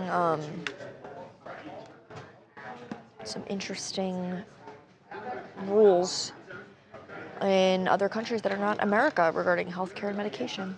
The more you know. You think she's going to go get it in Mexico? She's in Cabo a lot. Isn't that sketchy? Like, No, it's a beautiful place to vacation. Oh, no. I don't think it's illegal. Hey. Oh, okay. Please. Hey, right this way. Thank you so much. Well, let me get these headphones out of here. They have. We tried it yesterday. What? These are... Hi, chat. How are you guys? I'm meeting the chat, yeah. Tell us a little bit about you. I feel like I'm a little too old to talk to the chat. My name is Ryan. My first 3 weeks have been amazing, yes, but not actually first 3 weeks, but yeah. Yeah. Why don't you give them I was here in 2009 and now I'm back. Are you a California native? I'm a California native, yes. Welcome from back. Riverside, California. Thank you. Yeah. Yeah, it's been good. Tawanda, how do you like your experience here? It's great. Yeah. It's Why are you looking at me like that? Did you say Ryan's mic? Yeah. Will you adjust it? What, Let me help my boo thing. What are some notable stories from your earliest times here? The Burglar Bunch was a good one. Too many to... Yeah, too many to talk about. Burglar Bunch was what made my career, yeah. What's the Burglar Bunch? Yeah. Oh, the people that were going in the Hollywood Yeah, all the homes? kids that were robbing celebrities, yeah. Oh, That's you? Yeah, I became friends with all the burglars. It's great. What? Bling ring. Wait, I didn't know about that. You have to go into all the details. But yes, That's you did. so cool. No, that was there's a great lot. undercover reporting. Black Beauty said, hey, Brendan 2.0. Thanks, Hey, that's Black not Beauty. fair. Black Beauty's one of our faves. She's one of Charles's Black Somebody said Beauty? you look like wives. Christian Siriano. You got a problem with Black Beauty? No, Black Beauty sounds great. Because if you got a problem with Black Beauty, then you got a problem I with do me. not have a problem with either of you. Yeah, No. Black Beauty's in love with Charles. Yeah. How many? Wait, how many? Wait, how many people in the chat love Charles? A lot. Yeah, a lot. Is this just a Charles fan club show? Yeah, basically. Low key. They told me this morning, they were like, say good morning, Chuck, and I said it, and I got the nastiest response. From him? Yeah. Oh, of course. This diva. But they like that about him? Yeah. They love him. They love, it's funny, I'm kind of Yeah, like, you didn't think we were going to go into all this, did you? Anyway. Yeah. I'm more of Can like we a do the court, show? I'm more of like a court jester, Yeah. so they like All right, people. guys, we're getting yelled at by Kyle, our director Kid today. He said Hey, enough. take it away, Charles and Ryan. Sober. Coaches, open to treatment.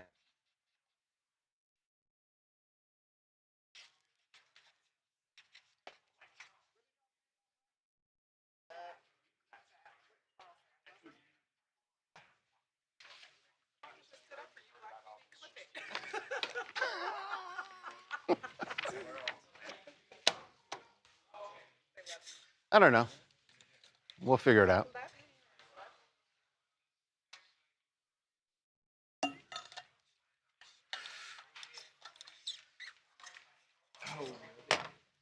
I'll make the transition work, Kyle. Don't worry about it.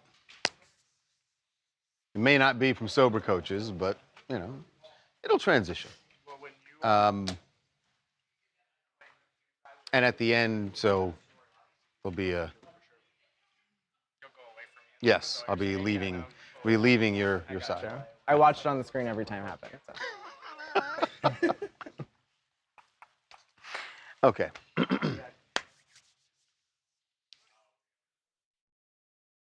Nah.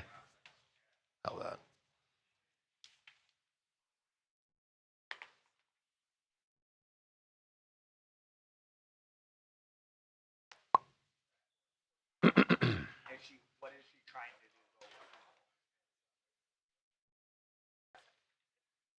I'll migrate a little bit.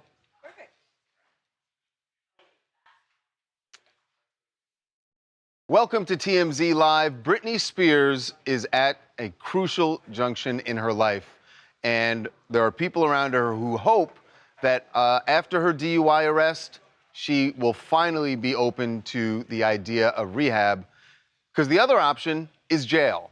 And the reason that jail is on the table in this case, normally we always say to you, a first-time offender, first-time DUI arrest, very rarely ends with any jail time. Particularly in California, there are plea deals made all the time.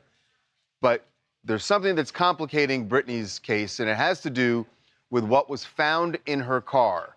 In addition to the alcohol in her system, which she went to the hospital, they drew blood, there was also the possibility that there were illegal narcotics in her system, because what they found in the car, a source tells us that they found Adderall pills in her car. Now, it's unclear if the Adderall is pure, but police are actually trying to figure that out now. And depending on what they find out, this could lead to jail time for Britney.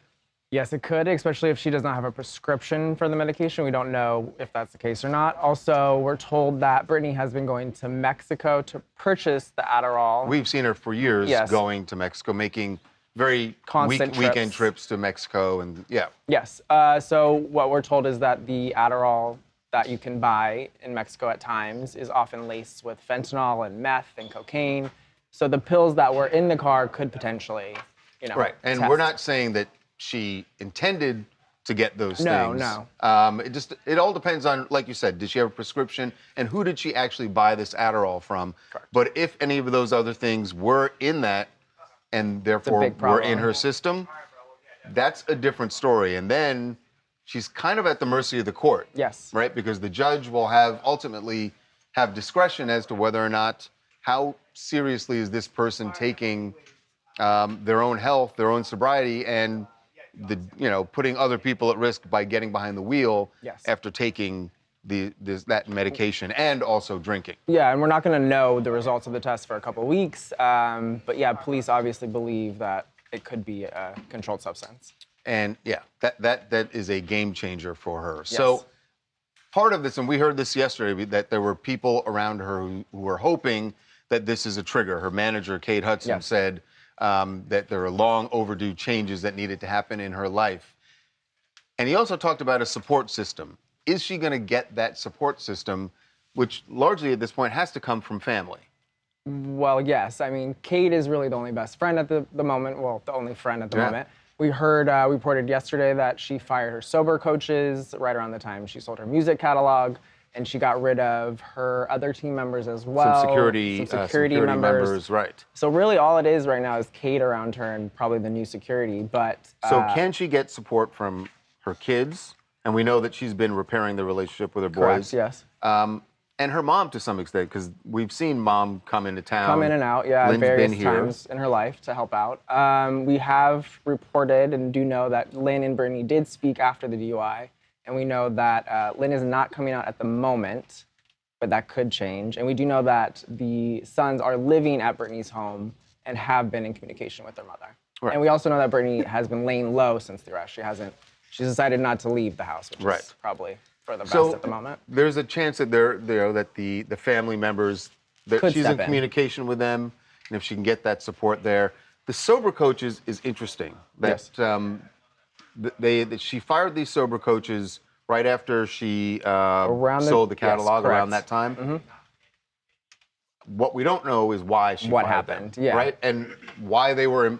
The fact that she had them, I think, is a sign that clearly there were people, whether it's Britney or other people around her, felt that she needed some sort of help. Correct, and we do know that Britney believed these coaches were more of a life coach that were there, but we're told that In other words, the way they sell it to her, whoever was responsible for bringing them in, they say to her, "Oh, these are life coaches. They're going to help you be around. I'll help you with tasks around the house and do this sort of stuff." But they were actually there to maintain her sobriety. Well, and with them out of the picture, you got to wonder, is she going to get the help that she needs? And everyone, like we said, is hoping that she will be on board with a rehab program. And actually, we're told that she is not just shutting it down. She is open to the possibility and wants to hear what the options are. But again, firing the sober coaches, and we don't know why she did, really makes you wonder what kind of treatment Britney is going to need going forward. Joining us now to talk about that, someone who is an expert on addiction, Dr. Drew. Welcome back to TMZ Live.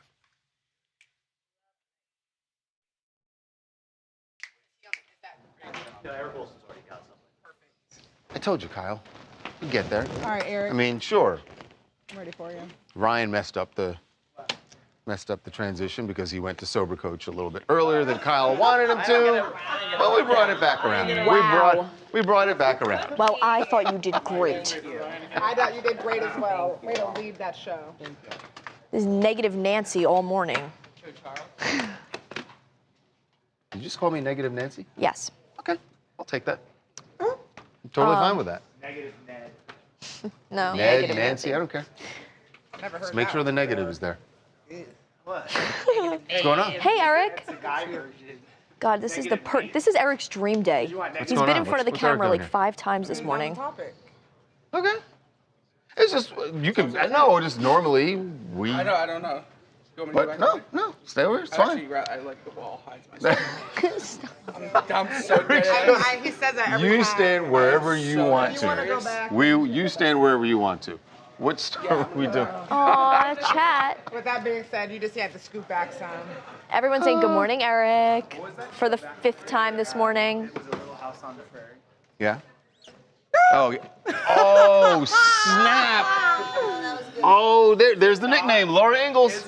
I can't do anything around here. I can't do anything right. Nobody likes me. Devin, and don't be laughing at that. Somebody this morning said no, that was a good one. That was a good one. He low-key cooked.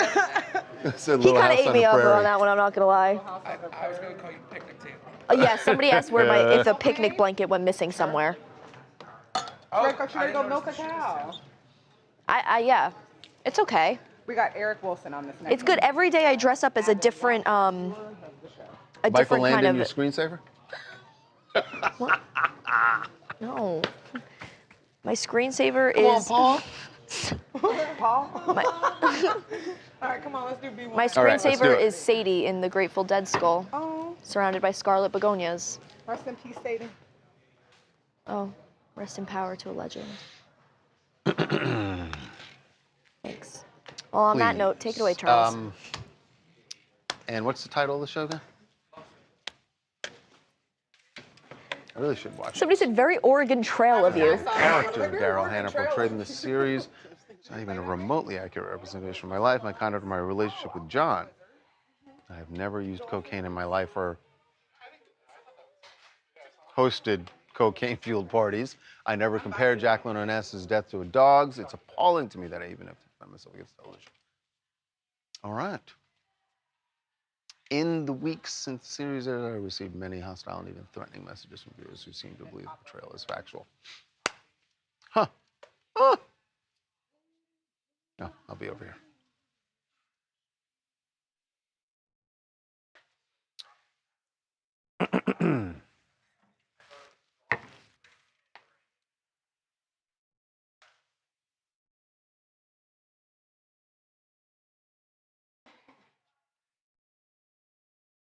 Ready?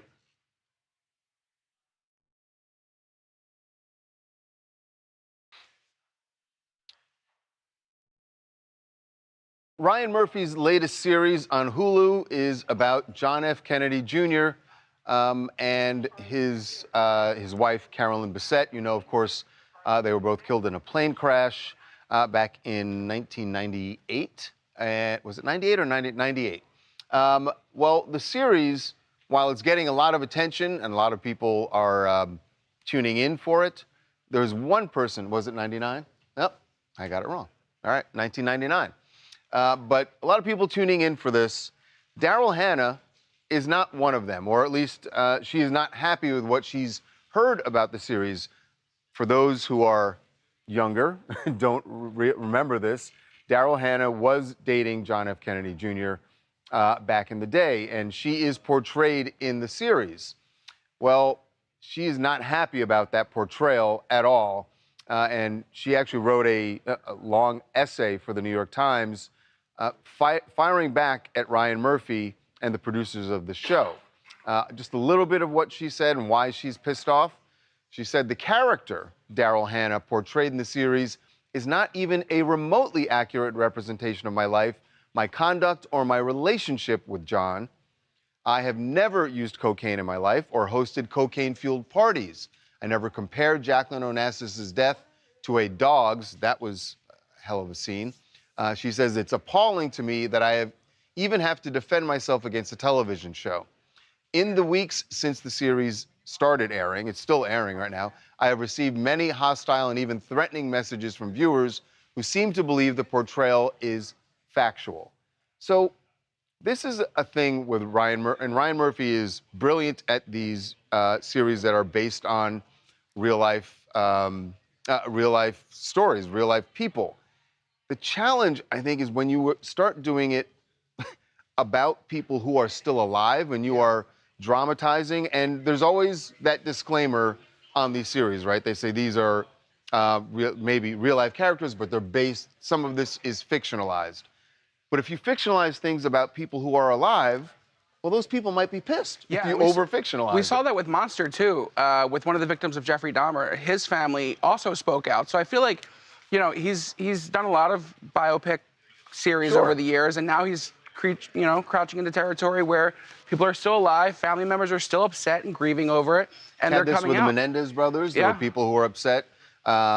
His most outspoken person has been Jack Schlossberg, JFK Jr.'s nephew, who says over and over again, when you're watching this, watch it with a capital F for fiction, because this is fake. Ryan Murphy does not know his family, and Daryl Hannah's saying the same thing now. And I think in Daryl's case, they needed a villain for this series, and they chose her.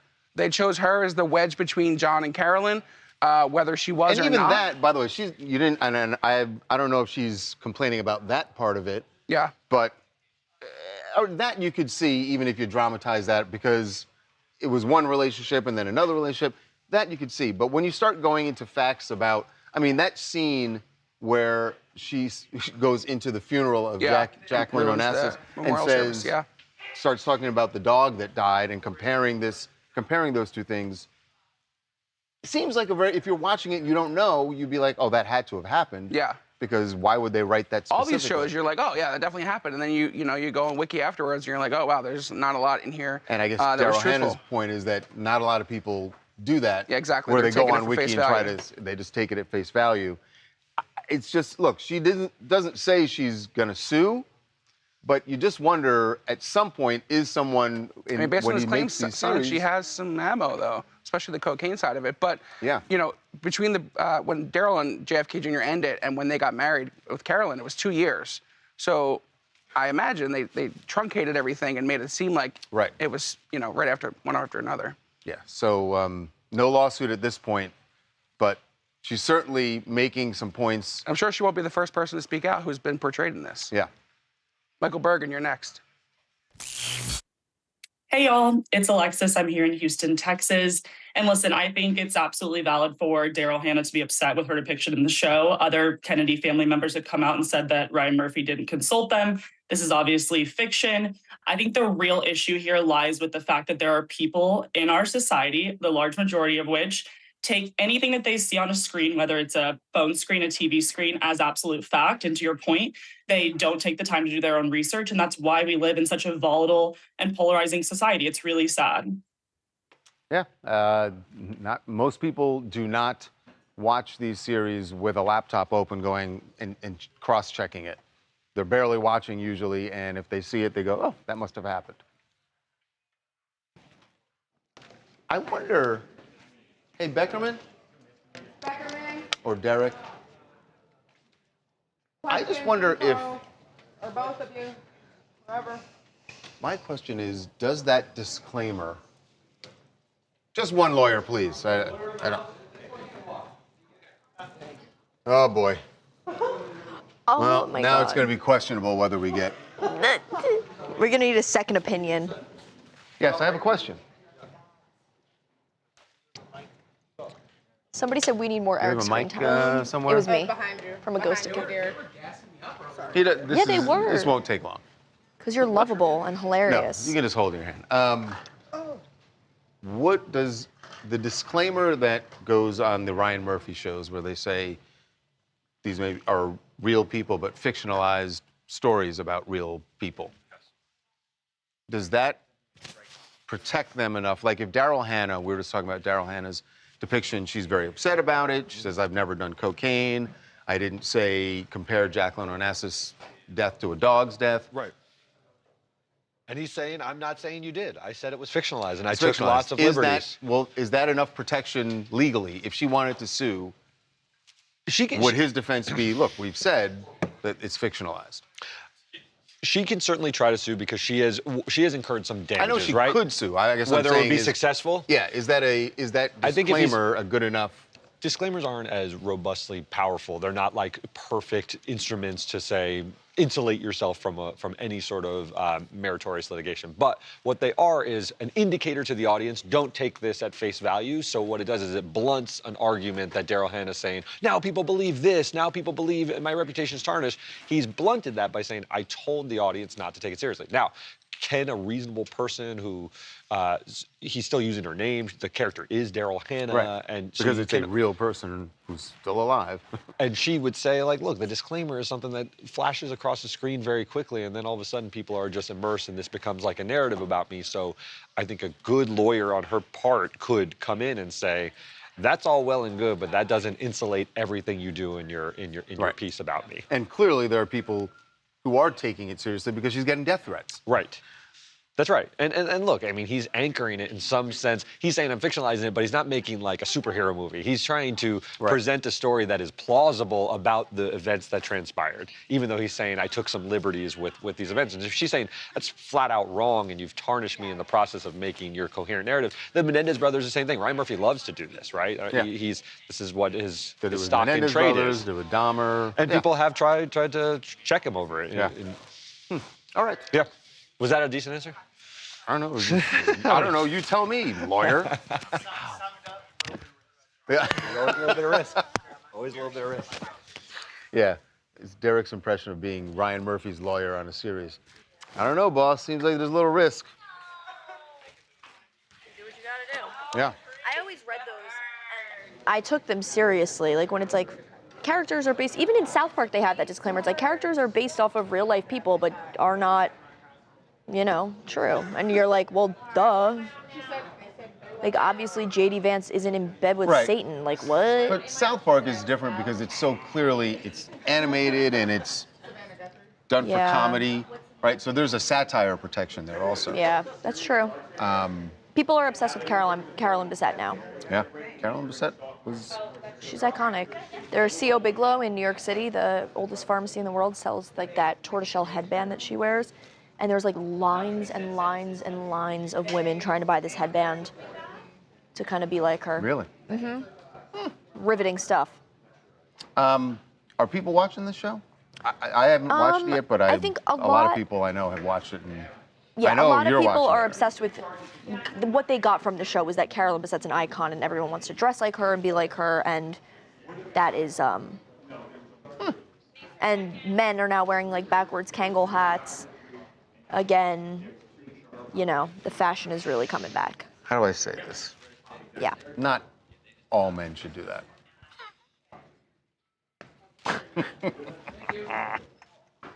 Should I wear I mine? think I made myself clear. Should I wear mine to work on Monday? Sure, why not? Should I wear it backwards? Yeah. Yeah.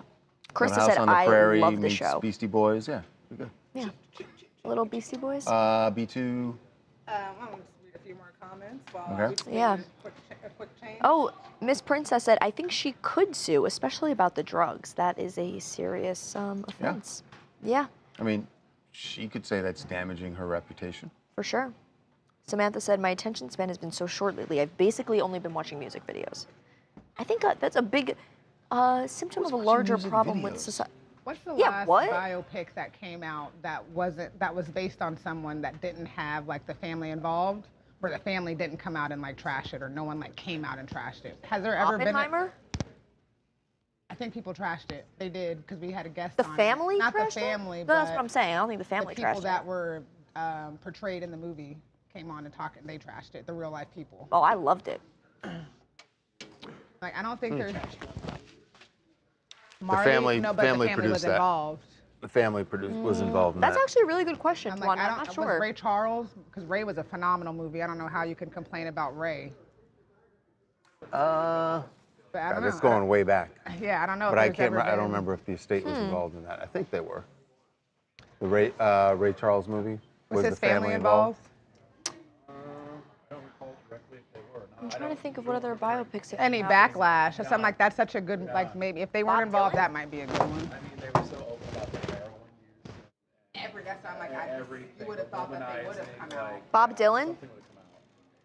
Or who did What's His Nuts just play? I know, but did his family come out and be like, But there was nothing. yeah? Or There's who nothing did bad in it. Who did the bear just play? Jeremy Allen White, Bruce Springsteen. Bruce Springsteen. Springsteen was involved in that also. Oh, he was. If you, Yeah. if we made a movie about your life, who would you want to play you?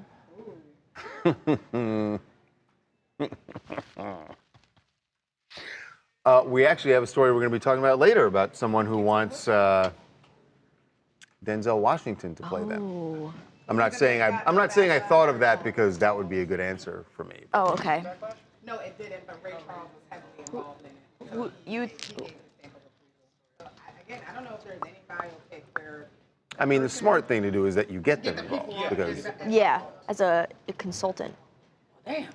Who would you think would play you in a biopic? But the problem is, if the family's involved, then people think that it doesn't get done right. It's that not. it's whitewashed. But unless Much you like do it like the Ray. Jackson movie coming out. Yep.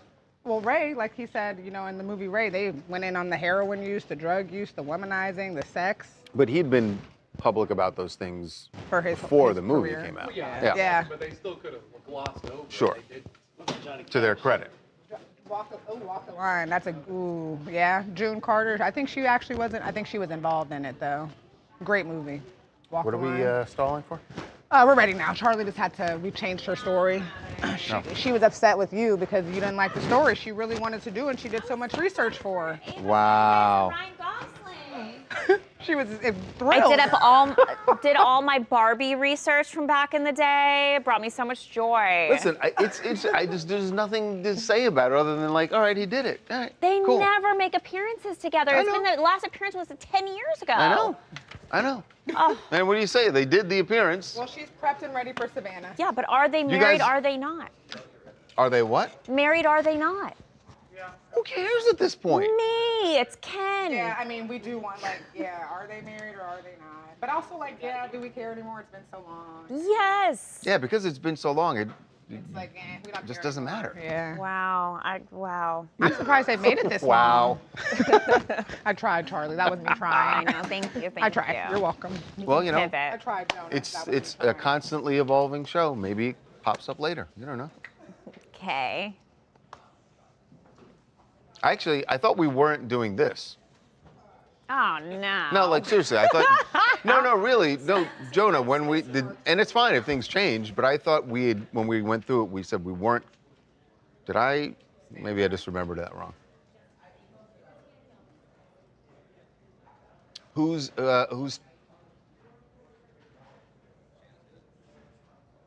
That's correct. I can't hear what's being said. Oh. I thought it was something else that I. Oh, I had said do. I know. I see what happened. I had said do what's Ryan as B2, but then we didn't need that because we went all A.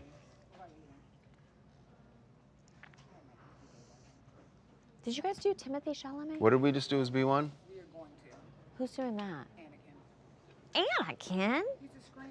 I mean, I think it would be better to do something And light, a thespian. lighter, Not thespian. coming off of doing that. It's not a thespian. Sure, let's do it. I mean, we only need what, Thespian. No, like no, no. 3 minutes, Thes- something like that. Thes. Okay. All right, You look at said that. it You like- won. Yeah. See that? Charlie Wait, won. what? I won? Yeah. Ah! Okay. Mendez still with Charlie now. I should go get a lotto ticket today. What was he on to promote? Oh, a movie. Are they telling you? Yeah. Project Hail Mary? That's right. Yeah.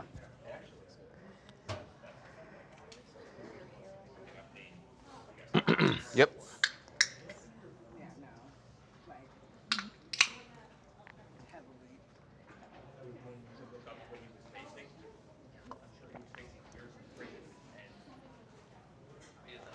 Wait, was she? Oh fuck! Was she wearing a ring? I didn't look. Well, we'll find out together. I guess they'll show it.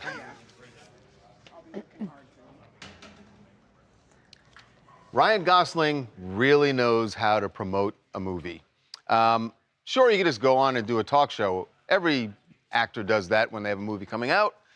But he pulled out the big guns for his new movie, Project Hail Mary. So he went on The Tonight Show. That's the expected part.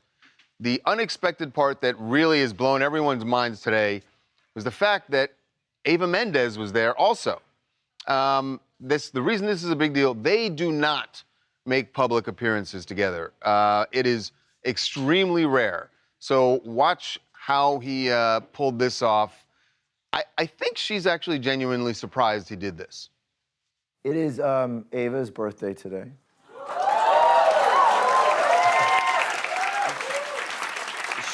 She's here. Here she comes. She's been on the show.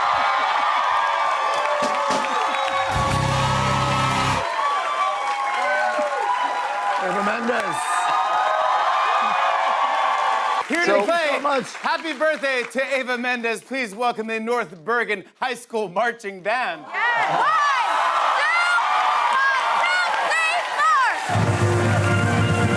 So obviously, Jimmy Fallon and Ryan were in on this. They knew that they were going to do this. I don't know if she actually. Look, kudos to her for actually coming out there. But if she didn't know, she's a very good actress because she acted totally surprised by the whole thing.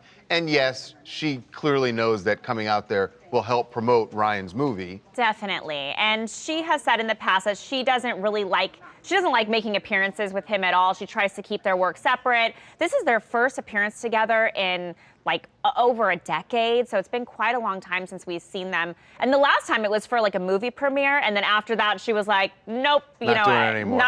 no more. By the way, there's so many rumors if they're married or not.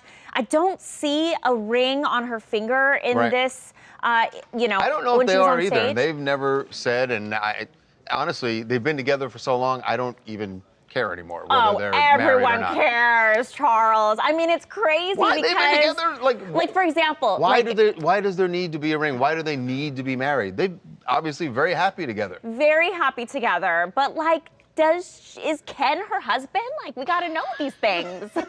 No. He's not just Ken, Ken is he's not her Ryan husband. Gosling. Ryan is her husband. Yeah.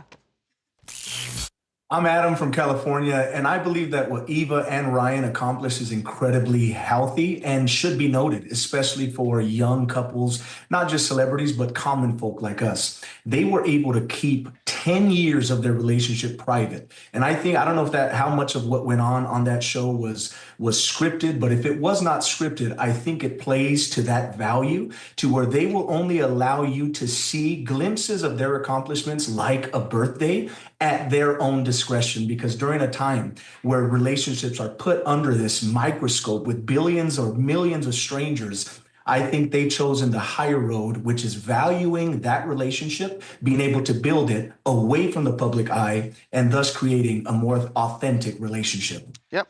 See? Proof positive. It actually can be done even in Hollywood.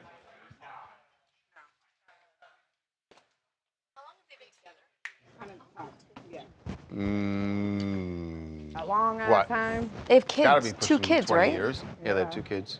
They Oh, linked up in 2011. 2011. What movie Wow. do you think of when you think Ryan Gosling? Barbie. I think The Notebook. Not Barbie. Oh, Notebook. I think Notebook and Barbie. Oh, I don't think yeah, Remember you the Titans, do. but I should. I forgot he was in I it. guess I don't. Drive. Yep. Yeah. Drive, yeah. I just think of The Notebook. So many hits. I know. He has a The Notebook It's called having a broad career. he's got range. Hey, Anakin. You know what? He is an actor that has good range. Yeah, he really does. That's actually, Yeah. He's got range. He does. No one thinks of him for the Mickey Mouse Club. He had swag. Sort of. Yeah, he was Yeah. singing good. Sort of. Yeah, Jodeci. I'm like, he had swag. What was that movie he was in with the guy from The Office?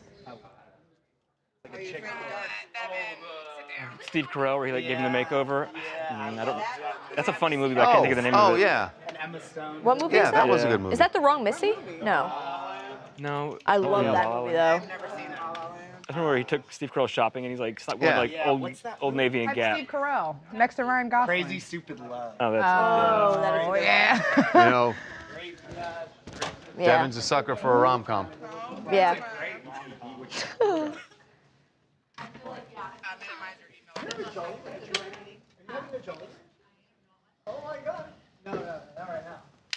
This is all right. This is absolute blasphemy from Lisa Rinna.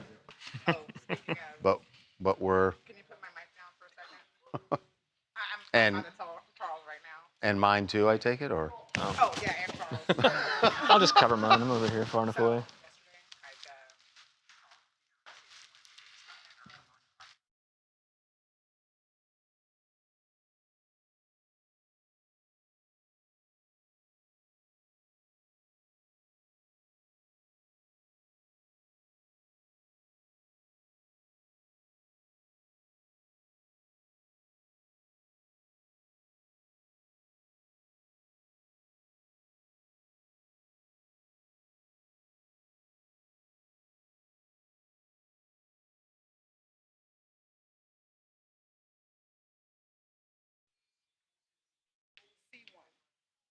And this is where did she say this? No, I mean, is it? Am I throwing to a clip here? Is my point. It's pullouts.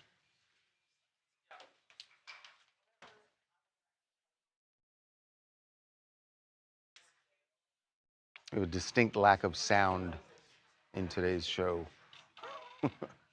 said the person who's doing the speaking. Okay, so she, these are excerpts from the book, or we're, all right. Title of the memoir? You better believe I'm going to talk about it. Oh boy, well, there you go.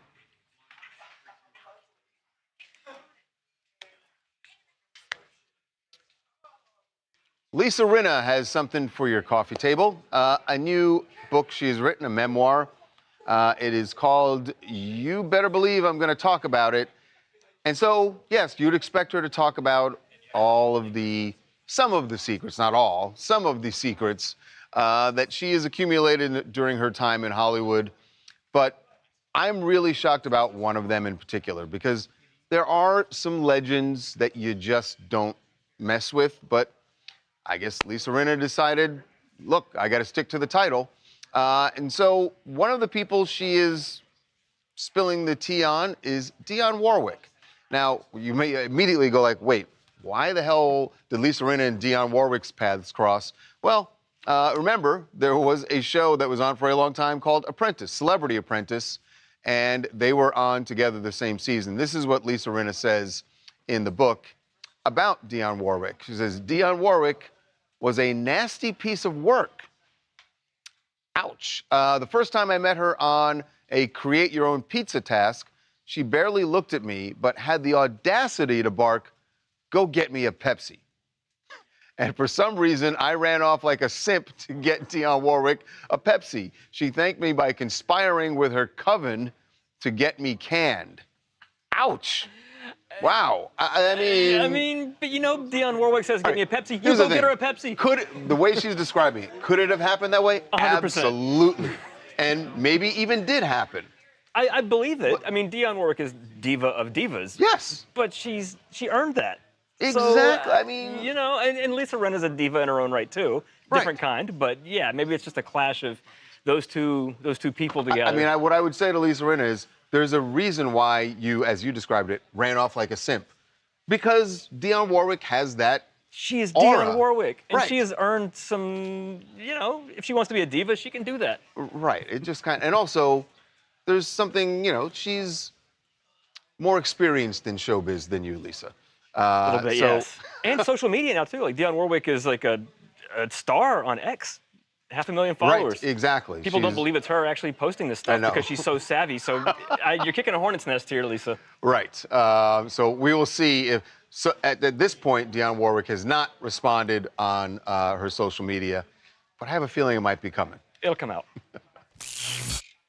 Hi, I'm Morgan from Springfield, Illinois. I think people really appreciate Lisa being raw and honest about the celebrities and behind the scenes because fans don't usually hear about that. So that's what I think.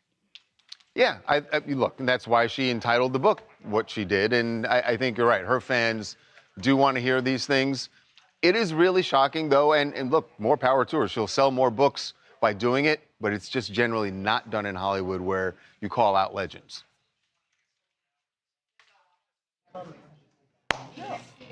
We will see. I mean, Mariah Carey walked in here and said, Charles, what are you go up get to?" me a water. I'm going to get water. I think And it's I so will funny happily that... say, yeah, and I will happily say I put carried my Mariah 2 Carey's cents water. in. I think it's so funny that she asked for a Pepsi and Lisa Rinna just like did it. You would. No, I would too, but I don't know if I'd complain about it. Right. People don't complain about that stuff. Yeah. You just do it. But You know you're in the presence of a great diva. So Lisa's. Like when you bark orders at me, I know you're a diva, so I just do them, you know? I mean, Lisa's trying to sell a book. I get that. I get that. That's what happens. That's what I thought. They were like next to hanging. Fess. Yeah. Yeah. Dionne Warwick's network of psychic friends should have seen it coming. She, my mic down, please. Yep. Somebody said Talia hiding. Yeah. Were you into like theater or ballet? Yeah, I was a theater minor. Do you want to do this with Anakin, the Timothy Chalamet? Because you guys are going to have completely opposite takes. He thinks it's a dead art? He's like, I agree with Timothy. And yeah. That's not cool. Talia's gonna do this with you, Anakin, because you guys have complete opposite things. You're a screenwriter. She was a theater major. Degree. This will be Talia and Anakin. They have opposite thoughts. The two theater kids.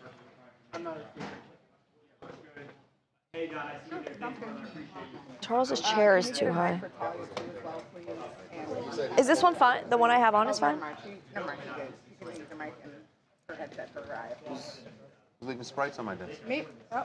For once, it wasn't me. I was prepping Anakin. So for Timothy Chalamet, you'll have Anakin and Talia. Hey. Wow. Okay. I get it, yes. Believe it or not. Theater kids. I know. Very believable. Thank Laura. you. Yes, and You get lucky we're calling you Laura and not Squirt. what? I don't know who that is. Little House on the Prairie. Okay, I was drinking in high school. Like, I wasn't reading that BS. I was popular, sorry. No. I'm just kidding. Yeah. Someone said Anakin is Talia's mother's best friend. My mom is like truly obsessed with you. I know. She'll come into the office one day, I'm sure. For no reason. Yeah. I'm really interested in your take. I'm excited to hear it.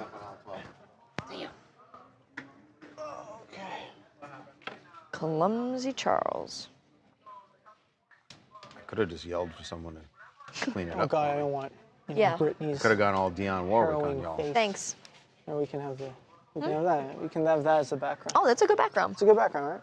Although it is not our website. Ooh, swing and a miss. Okay. Glad you got it under control. So how's this segment going to play out? Is it just that Charles is going to be like, "Have at it, guys," and we're just going to start duking it out? I'll let you give your take first, and then I'll respectfully disagree. Tawanda. That is uncalled for. Thanks. Which means I'm getting old too. I'm actually Y'all look 60 way years younger old. than me. Can you believe it? 60.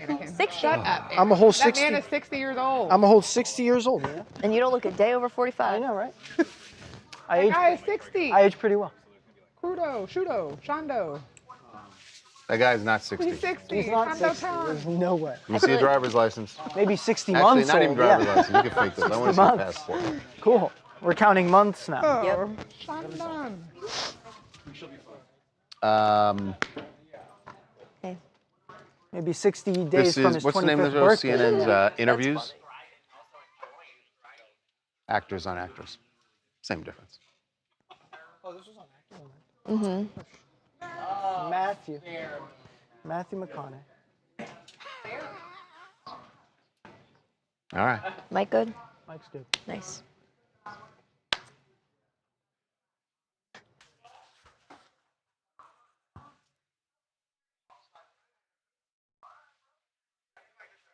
It's making me use it. Don't worry, I got it. That was, I don't even know that was mine, but I'm, here because I care about the people.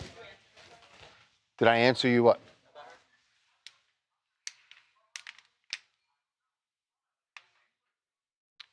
Did she talk to her and she said she's not talking? Oh, then yes, then she can leave. So relaxed and well rested this week. Gee, I wonder why. Who said that?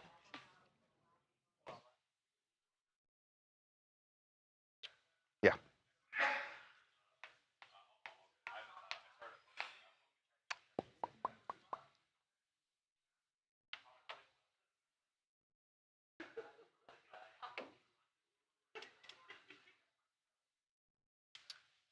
Welcome back to TMZ Live. Timothy Chalamet is a marked man.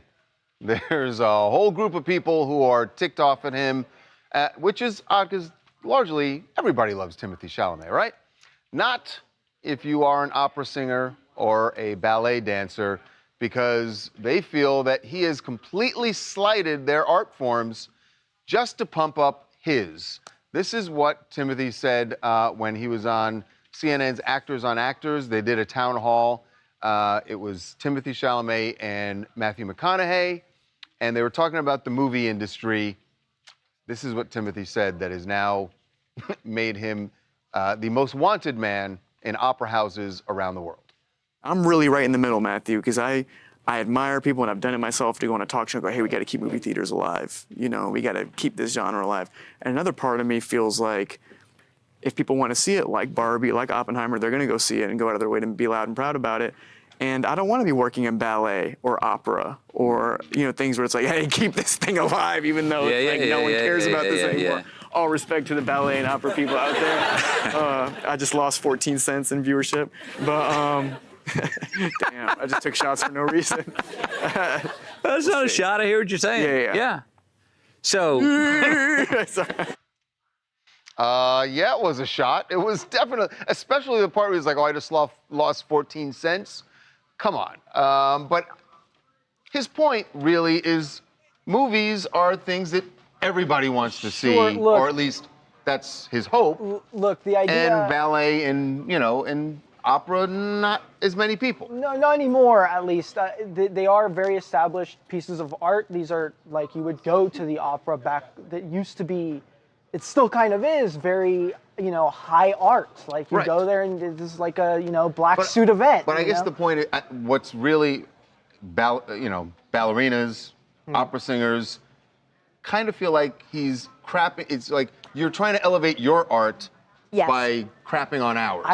And as artists, as fellow artists, they think that that's a step too far. I agree. I think in an incredibly like AI-focused, digital, social media forward age where like movies have this great platform to be seen and promoted, people in physical arts like opera and dance don't have that. And so it feels disrespectful to undermine another art form when you yourself are an artist as well. You just got a little bit luckier. Well, I don't know about that.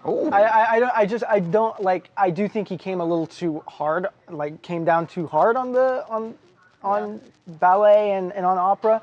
But the truth of the matter is he's an actor who probably has given it a shot, who's probably seen it and was not, you know, didn't like it very much. Does it come across as a little bit of like sort of self-absorbed Gen Z? It certainly does, but my point is you can't. You didn't have to throw Gen Z in there, but a little. I don't have any problem with that, Charles. You can go ahead, but I think he need as respectful as he should be.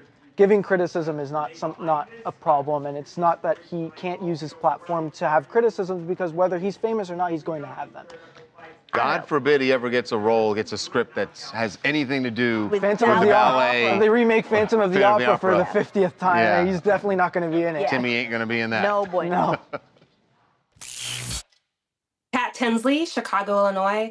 Listen, when it comes to Timothy Chalamet, this is an artist raised by artists in New York City, a LaGuardia alum. He's also a Kardashian by association. He's not degrading art. It made him who he is. He's simply pointing out what people connect to, and unfortunately, the masses aren't going to the ballet, but they are going to your local movie theater. That's true. That's true. And I do think that was his point. It was maybe not necessarily artfully conveyed, especially the dig after, like he realized that it was a jab, and so he tried to back out a little bit and said, oh, you know, no offense, but then threw in the 14 cents thing. So I don't know. I think he was trying to be funny. I think a greater underlying problem is that art is not accessible. People aren't going to operas and ballets because it's like $150 for an effing ticket. People aren't even going to movie theaters as much, and it's like it's 20 bucks. I think there's a bigger part of this is that there's a bigger issue there. What he's really talking about is he is fighting to keep movies theaters open, right? He should be fighting for all art. His point was doing movies that are going to draw in big crowds, because sometimes actors get criticized for that, and I think I didn't hear the full interview, but I think that was sort of the full context there was, I'm going to do movies that are going to get lots of people out because I'm trying to keep movie theaters open. Right. There's a fine line between trying to keep movies open and trying to keep your pockets full, too. It's okay to play for your team. I don't understand. Like, he's going to support so you're saying, he's going to go to bat for movies. He's going to go to bat for movies. And opera singers, you want to go to bat for your thing? He doesn't have to pawn the opera jersey. You want to see a celebrity death match of maybe don't. like a battle royal of opera singers and actors. No. No. I think as artists, you all need to be supporting each other. I disagree. Because Is it- not actually, all art I'd is like to good. know this. Not Anyone all in art. the chat, You are allowed. There are people has who will anyone look in at the it and are chat like, "This been is great." to There are people who are going to look at it and an they're going to say, "This opera? sucks," and that's okay. Or even a ballet. I think a ballet, probably there's going to be more people. Oh, Kurt Has Levin. anyone been to an opera? Kurt Levin in the chat mysteriously said, "I like the ballet with the sunglasses." Really, Kurt Levin? Are you on vacation right now? Kurt Levin is typing from the ballet. Is ballet are ballet so, tickets expensive? Kurt has been to a ballet? Yes, so people Kurt in and the I like chat the are ballet a saying lot. that ballet and opera is expensive. Let's see the here. Anybody masses else? have money to go to the movies because a movie ticket is way cheaper than Right. an opera. That's what a lot of them. Sure. Sure, but that's also a correlation of You can audience. spend $15, $20 and go to a movie and...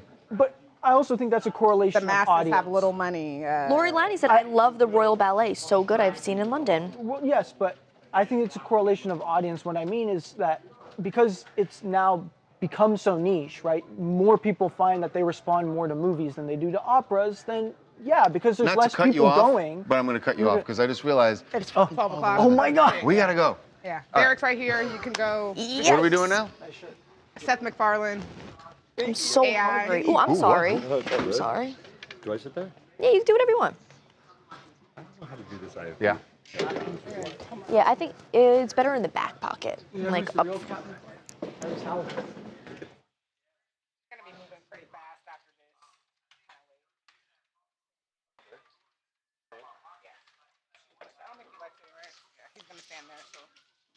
You take a walk towards me when you need me. Ted season 2, Seth MacFarlane is playing Bill Clinton. Oh. Got it. Right.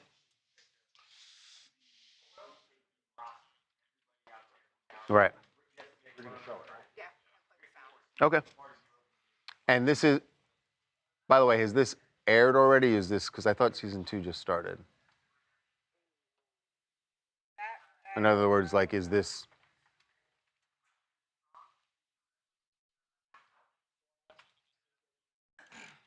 Okay.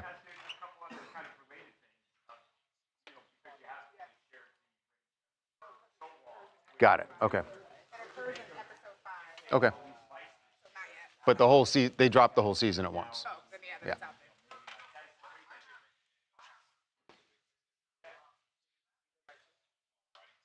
Yeah. So there's a new season out of Ted, Seth MacFarlane's show, movie, now turned series, and that airs on Peacock. So they dropped the whole season last night, and they had a premiere event, and Seth MacFarlane was explaining how they got Bill Clinton for a cameo on this second season. It's not actually Bill Clinton. It's Seth. But, well, I'll let him explain. Well, here's the scene first, and then we're going to hear from Seth on how they pulled this off. What was the movie magic here?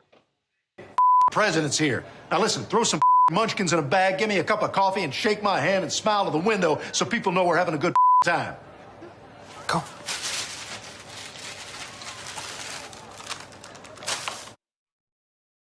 Yeah. Okay, there were times, last time. So you may have gathered as you're watching that, it's AI, but there are moments, and I guess this is part of the thing with AI, like there are moments where it's really good, and then there are moments where you could tell it's actually Seth. Yeah, when he's yelling, I see Seth. I see Seth's eyes, but at the last moment, he turns and smiles. That's Bill Clinton's face. I mean, we remember him in 1992 running with McDonald's and donuts and all that sort of stuff. That's Uncanny Valley stuff. But, you know, we've been there. This is not an SNL impression. This is what media can do. I mean, we saw it, I guess, in Planet of the Apes, with Andy Serkis has been doing this, but this is a living president who is just perfectly rendered on screen. Yeah, so at the premiere event last night, this is Seth explaining why they had to rely on AI, even though it seems like they tried not to, but here's why they had to. I've been doing my Bill Clinton impression since the early days of Family Guy. This was an interesting. I mean, we filmed this like a year and a half ago, That's how long it takes us to do the CGI. It's an interesting example of how AI can be used as a tool and not necessarily trample on the art that the rest of the industry is doing. We tried prosthetics, we tried traditional CGI, and everything just looked terrifying. And so we just said, the hell with it. Let's try AI. It works. Are you troubled by it? Does it seem like a deep fake potential of it, or is it just a tool that's going to use in art? That stuff is going to happen anyway, and I understand what he's saying. I don't know that a lot of people in Hollywood are going to. The feeling from a lot of people in Hollywood is you can't give it an inch is going to take a mile. Right. So I don't know that a lot of actors are going to be thrilled that he did it, but I get it. The use of it here is not. The thing that I bristle awful. at, he's trying to thread the needle. He's saying there's still an artist underneath who we just layered AI over. You're not always going to need the body underneath. I mean, it's very clear you can make Sora videos that look perfectly humid now, and I'm not sure he can sort of toe that line. What do you think forever. of the impression, by the way? Impression's pretty solid. I mean, it's old school. It's like a 90s impression of Bill Clinton. I liked it. Quaint.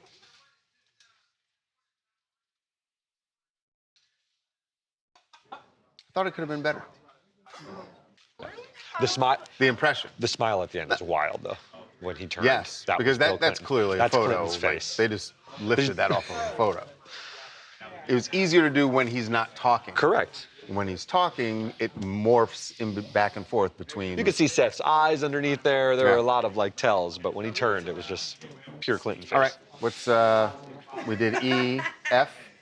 Here we go. Chutes and ladders. Do you want floor for Eric Adams? Hmm? Do you want floor? Nah. No floor. No floor. Let's get into. We got him. Is this at LAX?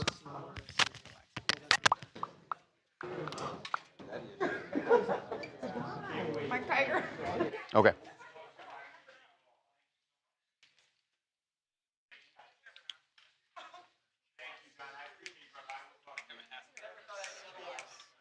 The hell is Eric Adams doing out here, by the way?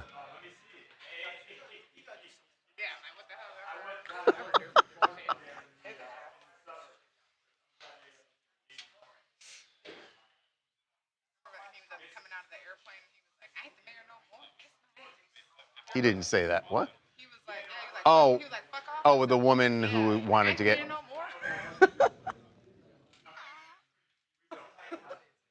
He is unique.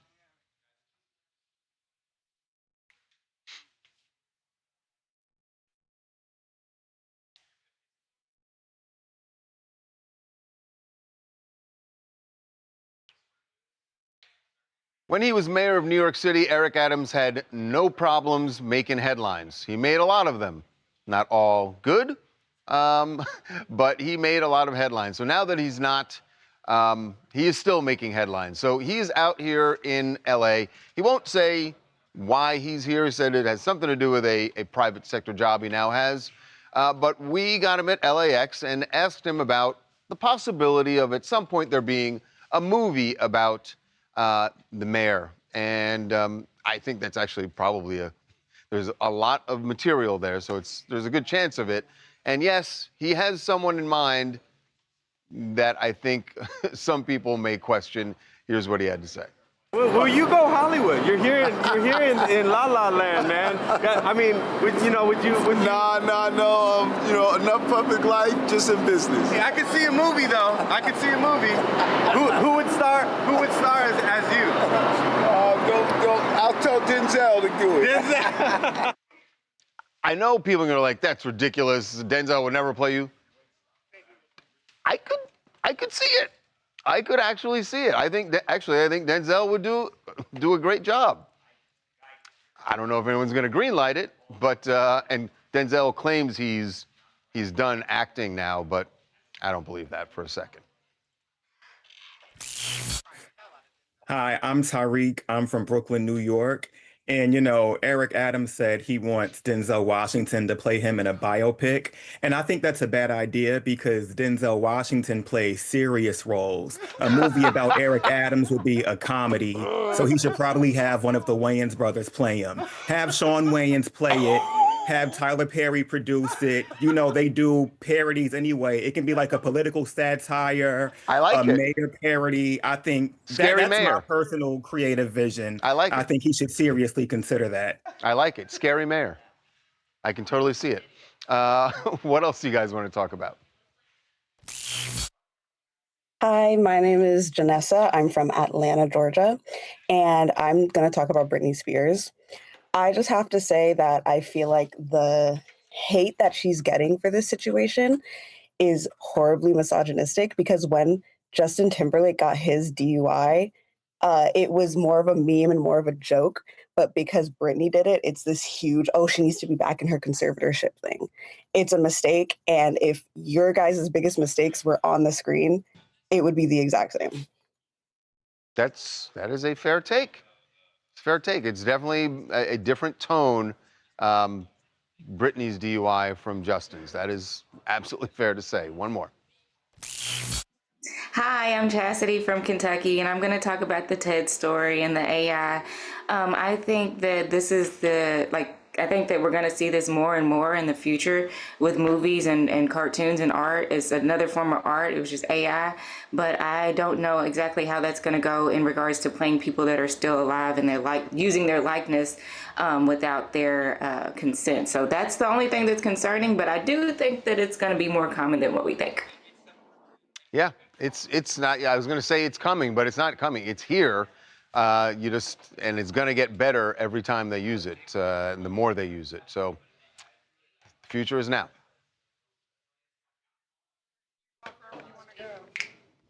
Woo! G Block. Go, What's in G? Charles.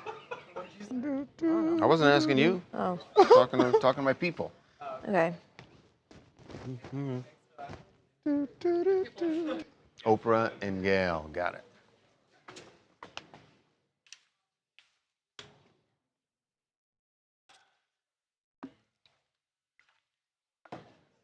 I'm so dead at Denzel Washington. That viewer was hilarious. Get Marlon Wayans. He plays super He's right. serious roles. He's right. They do look alike, though. Yeah, there's some. That resemblance, but I also agree with that. I think Lindsay Lohan would play me. But like when she was at her peak, kind of a mess. Probably to pick there's Lenny a Kravitz. Talia story already? Yeah. Interesting. Story how I got over Is this the greatest sound? hurdle of all, gluten intolerance.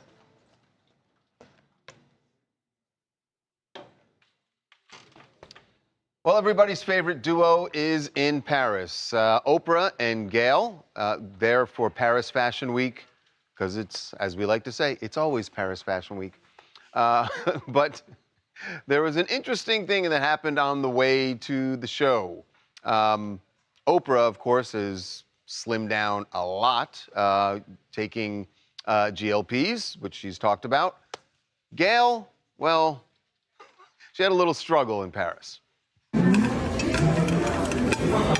She said this is to share. This is what fashion is. You okay, Gayle? These are comfortable. If I could sit like this in the show, that'd be What good. people don't see. Those pants are a little tight. They're a little tight. I think that's so mean that Oprah's calling her out, going like, oh, they're a little tight. No kidding, Oprah. Yeah, she knows they're a little tight. But hey, they're best friends. If you can't make fun of your best friend, who can you make fun of?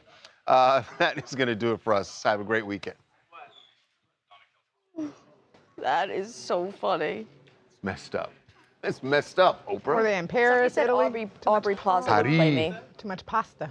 Yeah, you know that food. What? Somebody said Aubrey Plaza would play me. Who would play you? Laura Ingalls. Oh, The come Little House on the on. Prairie biopic. How are you? Thank you so much. I'm going to switch the topic now. How are you feeling at the end of your week here? The end of my week here? Oh, No, as a solo act. I've been let go? No, as a solo act, I'm saying. How has that been? How are you feeling? Are you looking forward to the weekend come Monday? I'm very much looking forward to the weekend. Yeah. Need some sleep. Mm-hmm. I don't know, my sleep has just been really effed up lately. Mine too, but it's a retro. Gonna head out. Before I do, Black Beauty says thank you for taking up for her today. She really appreciates it. Always. Always. You made her day. I'm not going to let them month, talk any and smack year. about you, Black Beauty. Don't worry about it. Wow. includes you, Laura Ingalls. Yeah, so I am looking forward to the weekend and some sleep. Are you looking forward to having your buddy back? Yeah, it'll be great to have Harvey back, you know? Great. I want to see how tan he is. Yeah, he'll probably be pretty tan. He'll probably be pretty tan. Here's the thing. This is, and it's always been, just to let you guys in on how things operate in here. Oh, let us know. The staff tends to feel like, oh, Harvey's not here. He won't be here to yell at us. But the reality is, for me, I like Harvey to be here, not because of the yelling. And by the way, that's just people belly aching about, oh, the boss is always yelling at us. And I don't yell as much, though I've been told when I do, it's horrifying, impactful, horrifying, scary, things like that. Yeah, feel free to jump in, Devin. But, yeah. Oh, Devin's eating and drinking. Shocking. Anyway,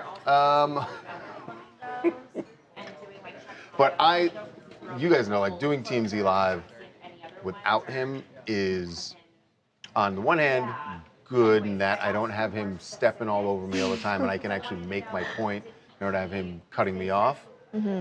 But I also think that makes the show less it's fun. That banter is so fun. Less interesting. You call it banter, I call it him stepping all over me and I'm trying to make a point.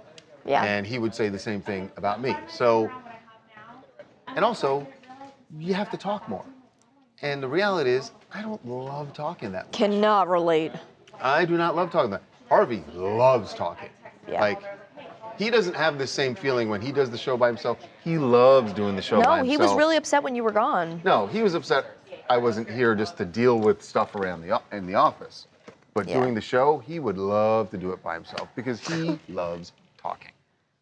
He would, you can just wind him up and let him go and he'll talk about anything for as long as you want him to. Well, we'll clip this and we'll show it to him on Monday. Yeah, please do. I tell him that to his face. I've been telling him for 20 years. So, yeah. Well, we're excited to have so it'll be nice when he's back and he can take over some of the talking. Excited to have the squad back together. The guy that played the Gimp? Aww. You guys hear that? Oh, no, Pulp they Fiction? did. Anybody? Yeah, Talia. Talia? You said anybody, and I responded. Oh. Talia likes Pulp Fiction. It's very sad.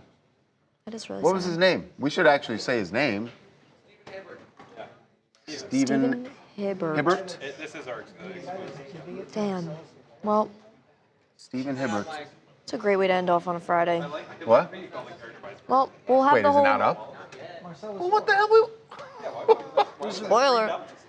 I don't know. Owen stood up and told me, so what do you think was going to happen? Can we get it up quickly, please? Don't yell at me, yell at Owen. If you tell me, I'm going to tell them.